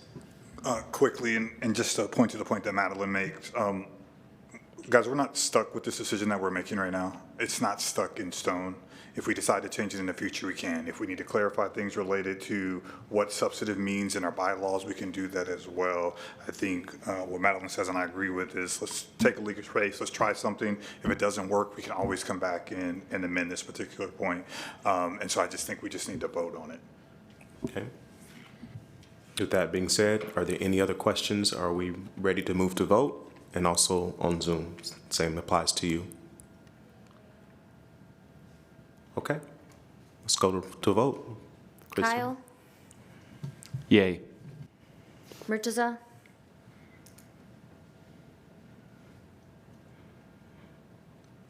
oh, if you spoke, we did not hear you. Yes. Thank you. Justice, Yes. Madeline, Yes. Sarah, Yes. Green, Yes. Trish, Yes. Ash, Yes. Pete, Yes. Tita, Aye. Shelley, Yes. Jesse? Jesse, if you're. Yes. Oh, thank you. Yes, sorry. That's okay. Tim O'Donnell, Yes. Tim Pitts, Yes. Tisha, Yes. Dina, Yes. Atticus, Yes. Benedict. Yes. Great, thank you, everybody. Great, the motion passed. Yep, the motion passed with unanimous vote. So, thank you. At this time, we need to make a recommendation for us to move the agenda around, so we need to have a motion to do that. Modus is on the call, and they actually have a hard stop at 8 o'clock. So, but we need to have a motion for the agenda to be moved around in order for them to be bumped up to get on to the Zoom call at this moment. Tim? I'd like to make a motion to immediately move to the agenda item where we hear from the people from Modus. Second. Any discussion? Okay, we're going to take it to a vote. Kristen? Kyle, Yes. Murtaza, Yes. Justice, Yes. Madeline, Yes. Sarah, Yes. Corinne, Yes. Trish, Yes. Ash, Yes. Pete, Yes. Tita, Aye. Shelley, Yes. Jesse, Yes. Tim O'Donnell, Tim Pitts, Yes. Tisha, Yes. Dina, Yes. Atticus, Yes. Benedict. Motion passes unanimously. Great. Dershawn, welcome. The floor is yours. Hello, thank you so much. My name is Dre Sean Vans, Vice President of Executive Search, and I appreciate the commendation and the invite. I do have a little bit more time past the 8, but appreciate the time that I do have with you all this evening. Just want to kind of share a few updates on the Modus side. So currently right now, where we're at right now in the process of finding the director, we are currently still conducting listening sessions. We have conducted about 9 listening sessions to date. with an additional 4 listening sessions remaining throughout this week and next week, as well as some additional one-on-one conversations as well.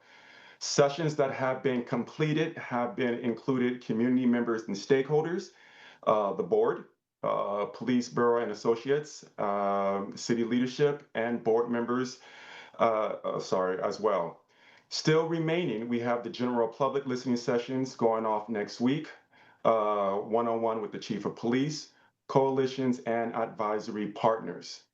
It has been brought to our attention throughout the listening sessions over the last few weeks. Some individuals have not received the invites. And while working with Kristen, we have identified that some of the emails have either been incorrect, and we have updated that as well as participation and assistance from Corinne, one of the board members, and making sure that some of those emails have been essentially sent and received.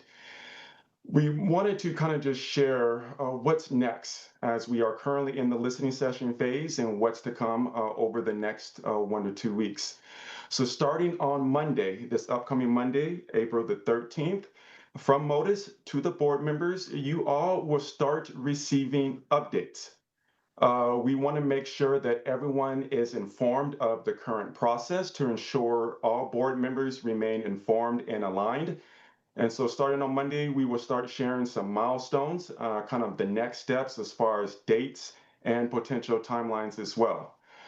In addition to that, alongside of the Monday updates starting on April the 13th, after the listening sessions have been concluded, Modus will provide a synthesized summary of all the feedback and key findings with categories and themes. We will also provide raw notes from the listening sessions for full transparency. From those listening sessions, we will create an internal rubric for your eyes, which will help the Modus team essentially pre-screen and assess applicants once we start essentially going live, posting, and sourcing applicants for this role. In addition from that as well, from the listening sessions, we will add and help create a job description draft for the board for your input, your edits, because at the end of the day, we would love the opportunity to finalize the job description and essentially start to post on a variety of different platforms, social media, organizations, and websites during the week of April the 27th. That is the week to where, again, we will start posting and then start screening applicants, direct source, and then as we essentially start to recruit, again, those Monday updates to the board, we'll have updates on the previous week of how many applicants we have talked to, where are they coming from, the industry, geographically as well. So that is just the update as far as where we're currently right now and what to expect over the next 2 weeks. It is also our recommendation to kind of highlight, we want to acknowledge kind of the board participation in the hiring process. We understand the board essentially is the hiring team individually and collectively. And so we have heard that there is a desire for our 21 members to have a voice, to ensure the importance of ensuring the process reflects everyone's full feedback and making sure it is inclusive. So rather than essentially creating a smaller involvement as far as a committee or hiring selection committee, we want to make sure that all board members participate in a meaningful way. They all have shared visibility into candidates and evaluations, and that a structured process that maintains fairness and consistency. What does this look like for the board moving forward? Modus essentially will share the reviewed candidate materials for the board members when it's time for us to do our calibration meeting and top candidate presentation. The board members will participate in interview panels in rotating groups, ensuring that everyone is involved at some stage of the interview process. which helps maintains consistency and evaluation of the candidates. When I shared earlier about the listening sessions and providing a rubric, we want to share that rubric with the board members to get your thoughts and insights, as it could be a guide to help you use as far as identifying which candidates, when we do come to that point, you would like to see in the interview process as well. So essentially, the process is 3 rounds of interviews. First 2 rounds are virtual. The last round is on-site and in person. So during those 3 rounds, again, we would like to kind of structure rotating groups of 7. So the full board participates also in the meet and greets with the finalists as well. In addition, the last thing that Modus would like to share is that, this approach supports inclusion and trust across all members. It maintains structure and consistency in evaluation. And so we just wanted to call that out respectfully. I'm going to just take a quick pause and just ask if there are any additional or new questions or curiosities based as far as what I just shared currently, where we're at right now, and the next steps of the process. Drayshawn, this is Heidi from the City Attorney's Office. And I know we talked previously, but you weren't here during that conversation, that code requires that the nominating committee make recommendations to the board on the applicants. And so I'm wondering where that is incorporated in the process. And if that's done at this point. I just didn't hear it during your overview of what's coming. Yes, so the nominating group, we will also share our top candidates to the nominating group. And we do understand that they will provide, recommendations and review the applicants as well. So they will be part of that process as well. We still need to kind of figure out the times and the dates, but the nominating committee, and it's the same as the board, will receive all of the candidates' materials, which will cover the matrix, their backgrounds, skills, key attributes, cover letter, and resume as well. Thank you. You're welcome. So since you said, I think is it okay? Oh yeah, in a few weeks the job will be posted, if I understood correctly, the week of April 27th, but we saw the draft job description, but we haven't seen a job description. So I was just curious where that is. So yeah, ideally we would like to. Drayshawn, your audio cut out. Sorry, can you start from the beginning, please? Can you hear me now? I can hear you now. Thank you. Okay, yes. So we would like to essentially post during that week of April the 27th to kind of help ensure that we move along to have that offer extended and accepted in July. The job description draft, we have not yet created. We are waiting essentially for the listening sessions to be completed to share that with the board members total. But we did get essentially a draft from the city, from Christopher Parra, and we hope to be inclusive, make edits from the listening sessions to just share that with our experience and recommendations for the board members to have their input and insights as far as key attributes, minimum requirements, preferred qualities in the job description. So to answer your question, that job description draft we have not created yet. That essentially will be sent after the listening sessions have been completed. Go ahead, Tim. So just a follow-up question. So then will we actually approve the job description as a board, or is that not a part of the process? And this is maybe a question more for our folks at the city. I don't know if there's anything legally requiring it one way or another in code. So I think it's up to the board to decide if you want to be able to review that prior to it posting. And then if you want to take a vote on that you agree with that or how you want to handle it. I recall there was discussion at the initial meeting with Modus about something about having it be public before it was public, and that there was some concern about that. So that's not a legal issue, though. That's just a policy consideration for all of you that he raised at that time when we talked to him. Jesse was online and started to speak first. That's okay. Yeah, thank you. I had one question, Drayshawn, which is, I think that when you were talking about the listening sessions, you mentioned that maybe there were individuals that were having one-on-one listening sessions, or maybe they were planned. And if I understood that correctly, can you state again who had one-on-one sessions and how those individuals were selected to have one-on-one listening sessions? Yeah, so the one-on-one sessions, and forgive me, I meant to be singular. The one-on-one session is going to be with the police chief next Thursday. We got an email directly from Chief Day. He could not make one of the group sessions, and so we've indicated to move that to one-on-one to accommodate his schedule. Thank you. You're welcome. Kyle Ashby, who is responsible for organizing the nominating committee before they make recommendations to us?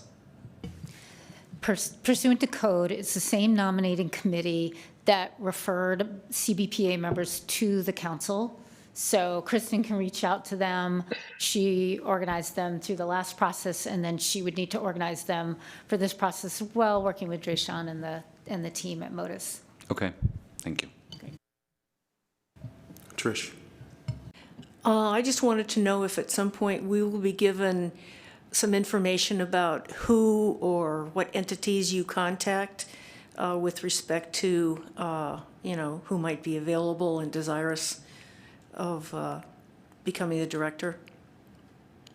Yes. So as I mentioned, coming up next Monday, the 13th, we're going to start providing board updates via email.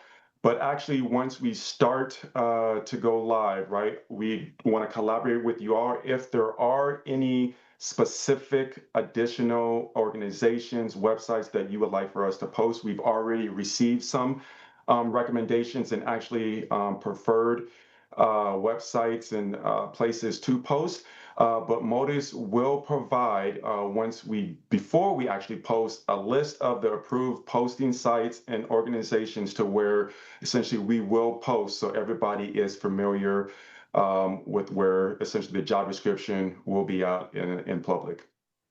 And then after we do post and we essentially start recruiting, speaking with applicants, as I mentioned, every Monday after that, you'll get an update of a weekly report highlighting the week previous of how many individuals applied, how many were direct sourced, again, geographically where they come from, and their essentially background as far as particular industry. Madeline. Hopefully that's helpful. Thank you. So our next collective meeting will be on May 3rd. So that's the soonest that, no? I think it's May 13th, excuse me.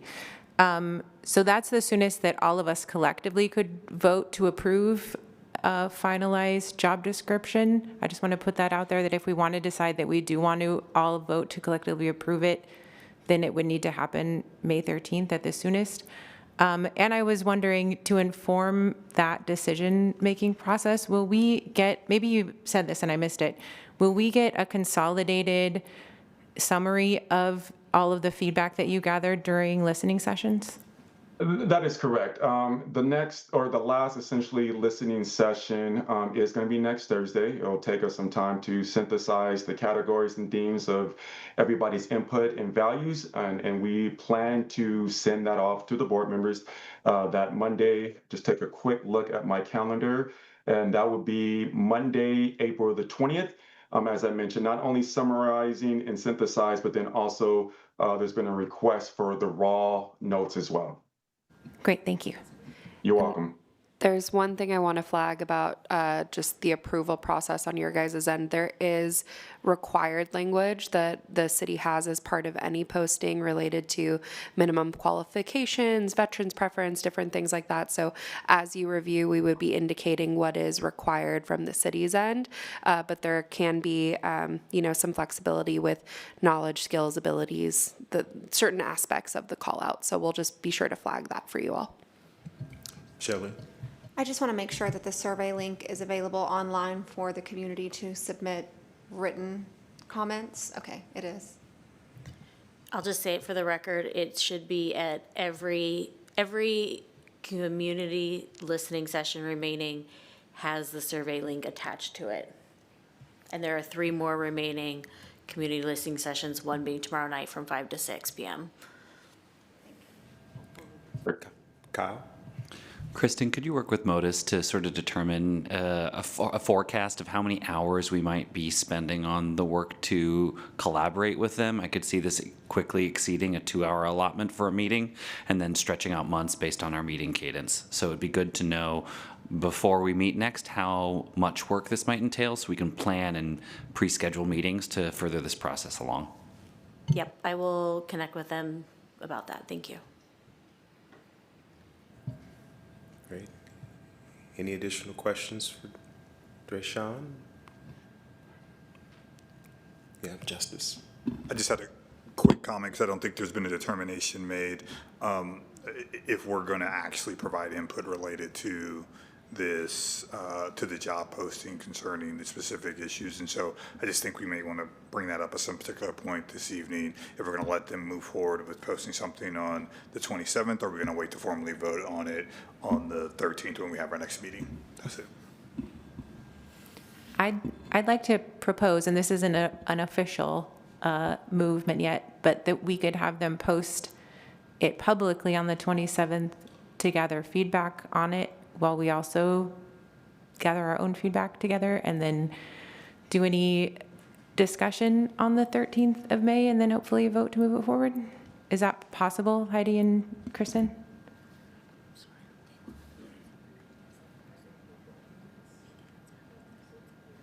Can I ask a clarifying question? Yes. Are you proposing that it gets posted, people will start applying, and then No. make edits on it? Can you?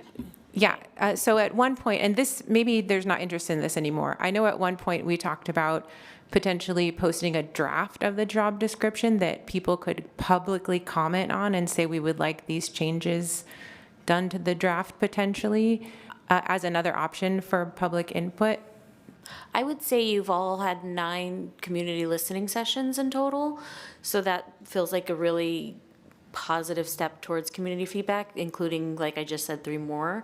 So up to you all how you want to do that, but just throwing that out there. That would it be included in the agenda where we would be discussing the meeting or the job description? Yeah. Okay, so people could do public comment on it during that meeting on the 13th potentially. Correct, yes.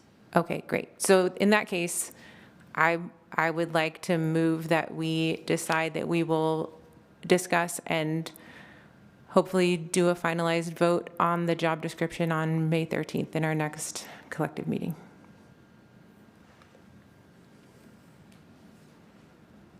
I have a question about the meeting cadence. Have we agreed that May 13th is the next full board meeting? That's true. We haven't. So it's this, so. Oh, we have. Yeah, sorry. We have not. Sorry. Okay, so this could happen sooner possibly.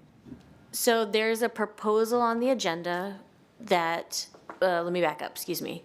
So after the survey, it was set that the second Wednesday of every month would be the cadence.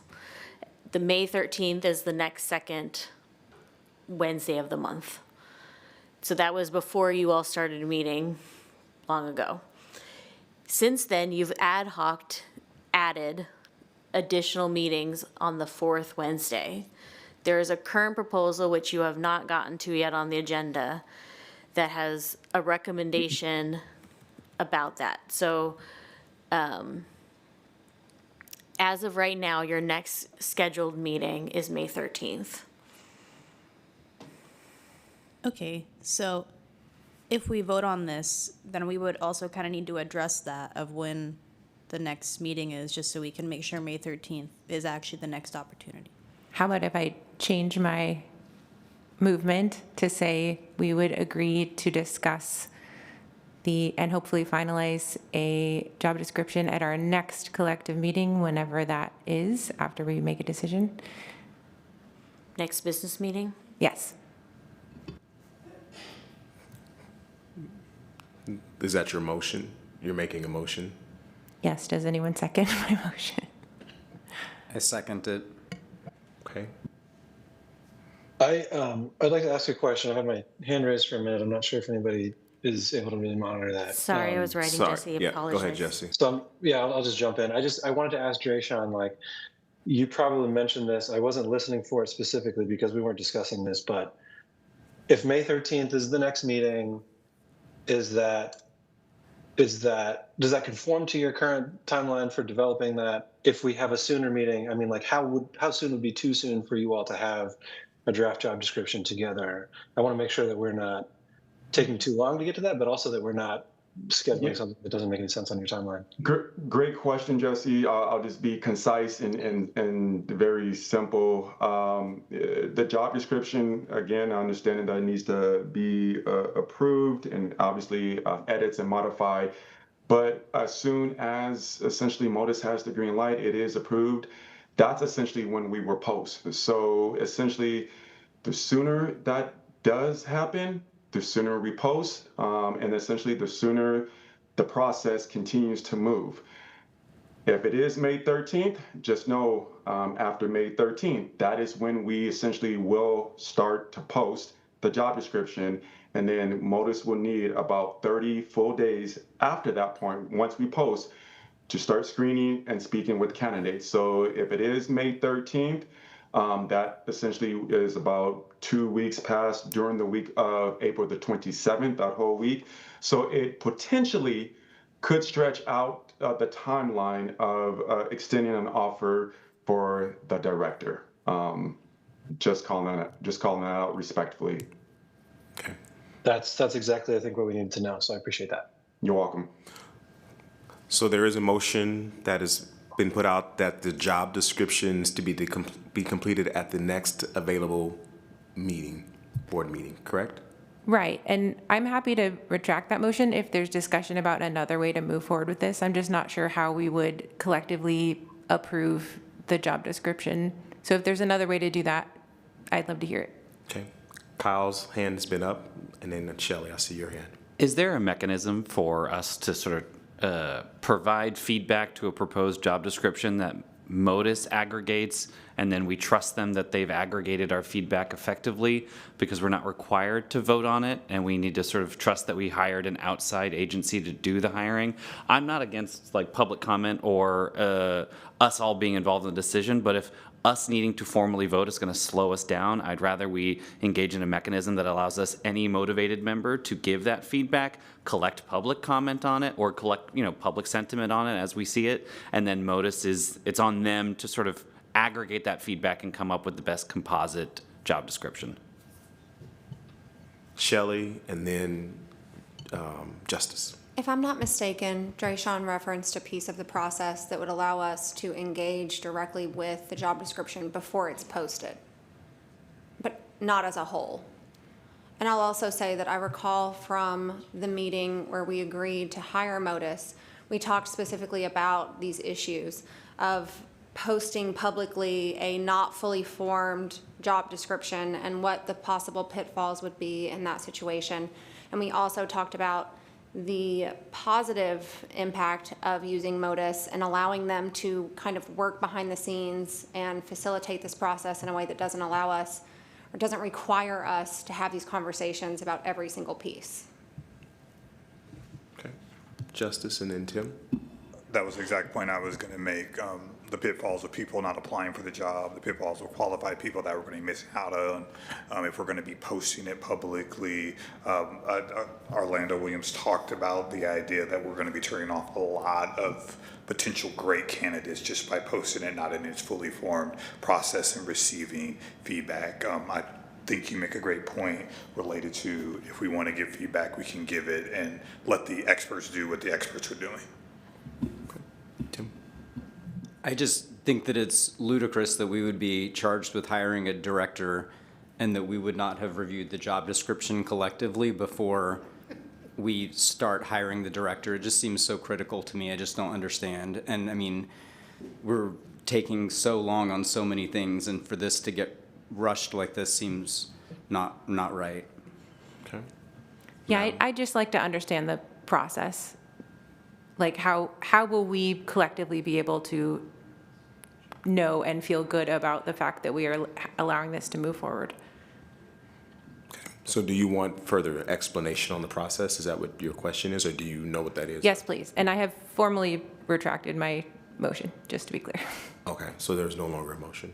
Does someone want to provide an explanation for Madeline on the process of the way in which this body informs the job description? Is that what your question is?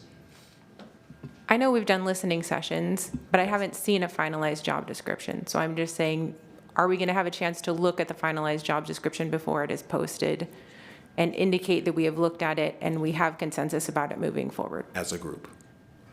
So, Kristen, Heidi, maybe you can weigh in on that. Yeah, you can give feedback, each of you individually directly to Modus without conferring with one another, and that doesn't violate public meetings law. If you want to try to reach consensus on it, then you are going to need to have either potentially an executive session. I'm not sure if it will qualify. In fact, it probably would not at that stage of the proceeding. But you would have then a public meeting to discuss it if you want to reach consensus. Is there a way for, if any of us, I mean, if no one has objections to it as it is written, then it would be great for it to be able to move forward. Is there a way for people to indicate that they do have objections so that we can stop the process and make decisions about how we want to move forward? You could certainly agree today on whatever process you want. So if you wanted to agree that if anybody raises an objection to the final draft, that you'll then notify Kristen, who will notify Drayshawn to time out and wait until your next public meeting to consider it. That sounds reasonable to me. But that requires that they have to have visibility to it, correct? Yes. So- Well, as long as they each. That's if they assuming each- you all have current access to it and you all, okay. No. Okay. So is that clear for everyone what was just stated? So it sounds like they released a draft to us. We all review it privately, submit our private feedback. Then Modus comes back and says, based on your feedback, this is the final job description. At that point, if any of us object to it, we would object to Kristen, who would then notify Modus, and then we would bring it as a formal agenda item at the next meeting. At which you would have a public discussion on it, correct? Benedict. I want to make a motion to do what Kyle said. So the motion would be that Modus circulates a draft to board members, and we can give input directly to Modus. Modus will share a final version with us, and we'll have, let's say, 4 days. Is that too much? 2 days to review it, and if nobody objects to Kristen, then it's considered approved. And if somebody objects, then we put it on the agenda for the next public meeting. Seconded. Second that? Okay. Comment on that. That would, if there is an objection, then explode the timeline 2.5 weeks, just so everybody's aware of that. And maybe do we want to consider a potential ad hoc meeting on maybe April 22nd? If there is an objection, to hear the objection, so we're not blowing up the Modus timeline. And that separate from the motion consideration comment, but I don't want to blow up their timeline because I guarantee probably somebody will find something to object to. Let's make sure it's serious objections. I'm sorry, can I ask a question? Yes. Thank you. And Heidi, maybe this is something you can address. I'm wondering if we're essentially going off of a consensus vote by email to Kristen. Are we not just voting to approve it by not submitting something like, this seems kind of funny to me. So that's a question for Heidi. And then a separate discussion point is like, people know what the job is, and I don't know how much we need to go over the finer details of exactly what's in the job description. I think I would prefer to stop at having an opportunity to provide feedback to Modus and leaving with that, especially if we're going to end up delaying things. I do think Tim's idea of an ad hoc meeting that may or may not be necessary would be the next best option. But I just want to make sure that that process, first of all, Heidi, wouldn't really constitute some form of voting that would have needed to be publicly noticed anyway. Yeah, Jesse, thank you for asking that, because I was literally just researching. I was a little concerned about the feedback and then incorporation of that, and then sending it back out, incorporating all of your feedback, because then I'm a little concerned that Drayshawn is becoming a modem for you all to communicate with each other. And so if that's not going to be publicly released, and then you object, I have concerns about whether you're engaging in serial communication. So that's kind of what I was just trying to look at and figure out. If I could pop in real quick. Yeah, go ahead. I see a hand in the public right now. I'm wondering if we could do let Mark up to give testimony. Maybe he has comments about this. So we have 6 minutes left. We have 4 more agenda items. I would like us to stick with the process, and I will speak to Mark about it and make sure that he gets the process for next time. Because we have to end at 8:30.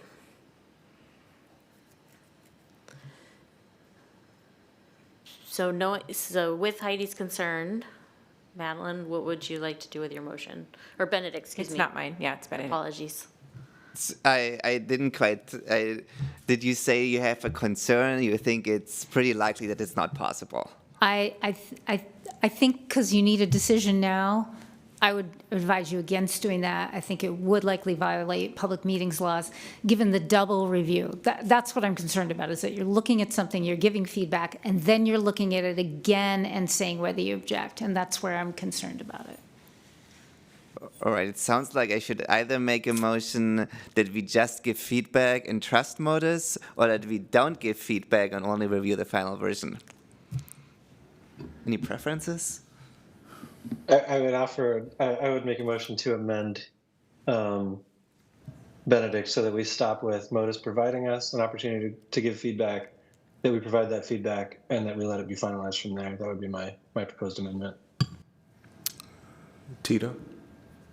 I would just like to impress the fact that we have already been asked what we're seeking in a director. We have already been given a job description. We have already discussed this in depth, and we really need this for the structure and foundation of what we're doing. I want to stress that we need to get this completed. I know you want to spend more time doing it, and I deeply care about your opinions, but we're beating this horse. Well, since I guess I have the mover's privilege, I have changed my, and we don't have any time, I'm just going to change my motion to say we just provide feedback to Modus, but we don't strike the whole other process. So I guess I move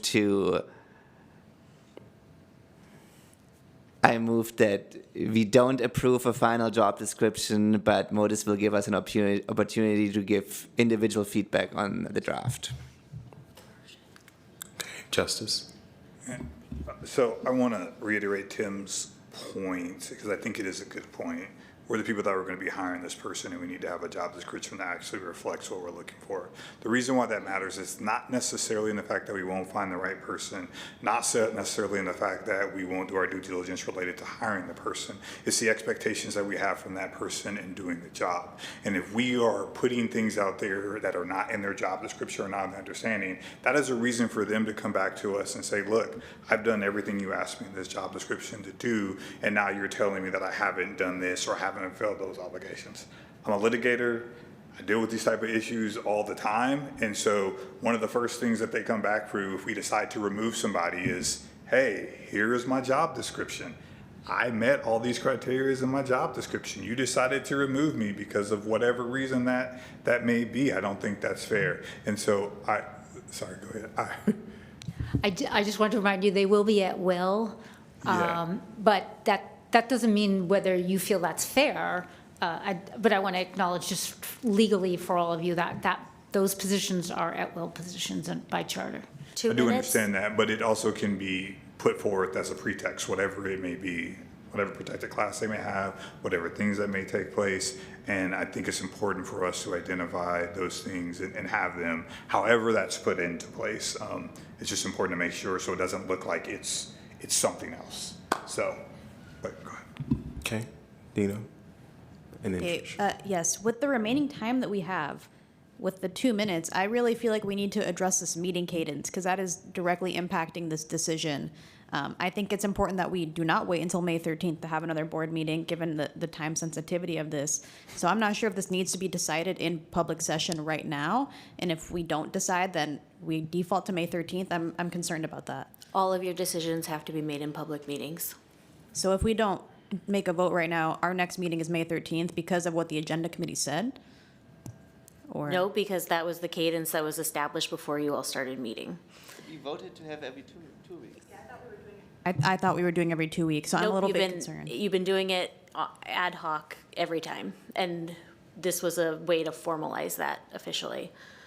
Okay, well, we only 1 have 1 minute minute left. Yeah, so I'm immediately going to make a motion that we meet in 2 weeks. There's already a motion on the table about, I retract my motion. thank you. Again, I make a motion to meet in 2 weeks, full board meeting. Like we to have a second that? Do we have a second? Okay. Doing discussion? We go to vote? Who is the second, I'm sorry? Who was the second? Atticus. Thank you, Atticus. Atticus. Okay, Kristen, roll call. Kyle, Yay. Murtaza, Yes. Justice, Yes. Madeline, Yes. Sarah? Yes. Corinne, Yes. Trish, Yes. Ash, Yes. Pete, Yes. Tita, Aye. Shelley, Yes. Jesse, Yes. Tim, Yes. Tim, Yes. Tisha, Yes. Dina, Yes. Atticus, Yes.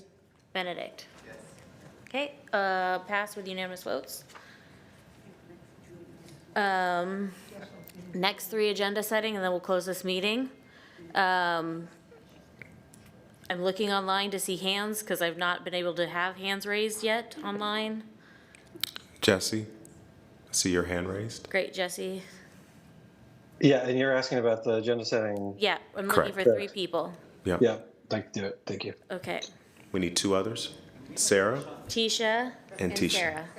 Great. thank you very much. I'll reach out to the 3 of you tomorrow. Thank you all. Thank you, Meeting is Drisha. Thanks, adjourned. everyone. Thank you. All right, now we have to switch over. So everybody in the community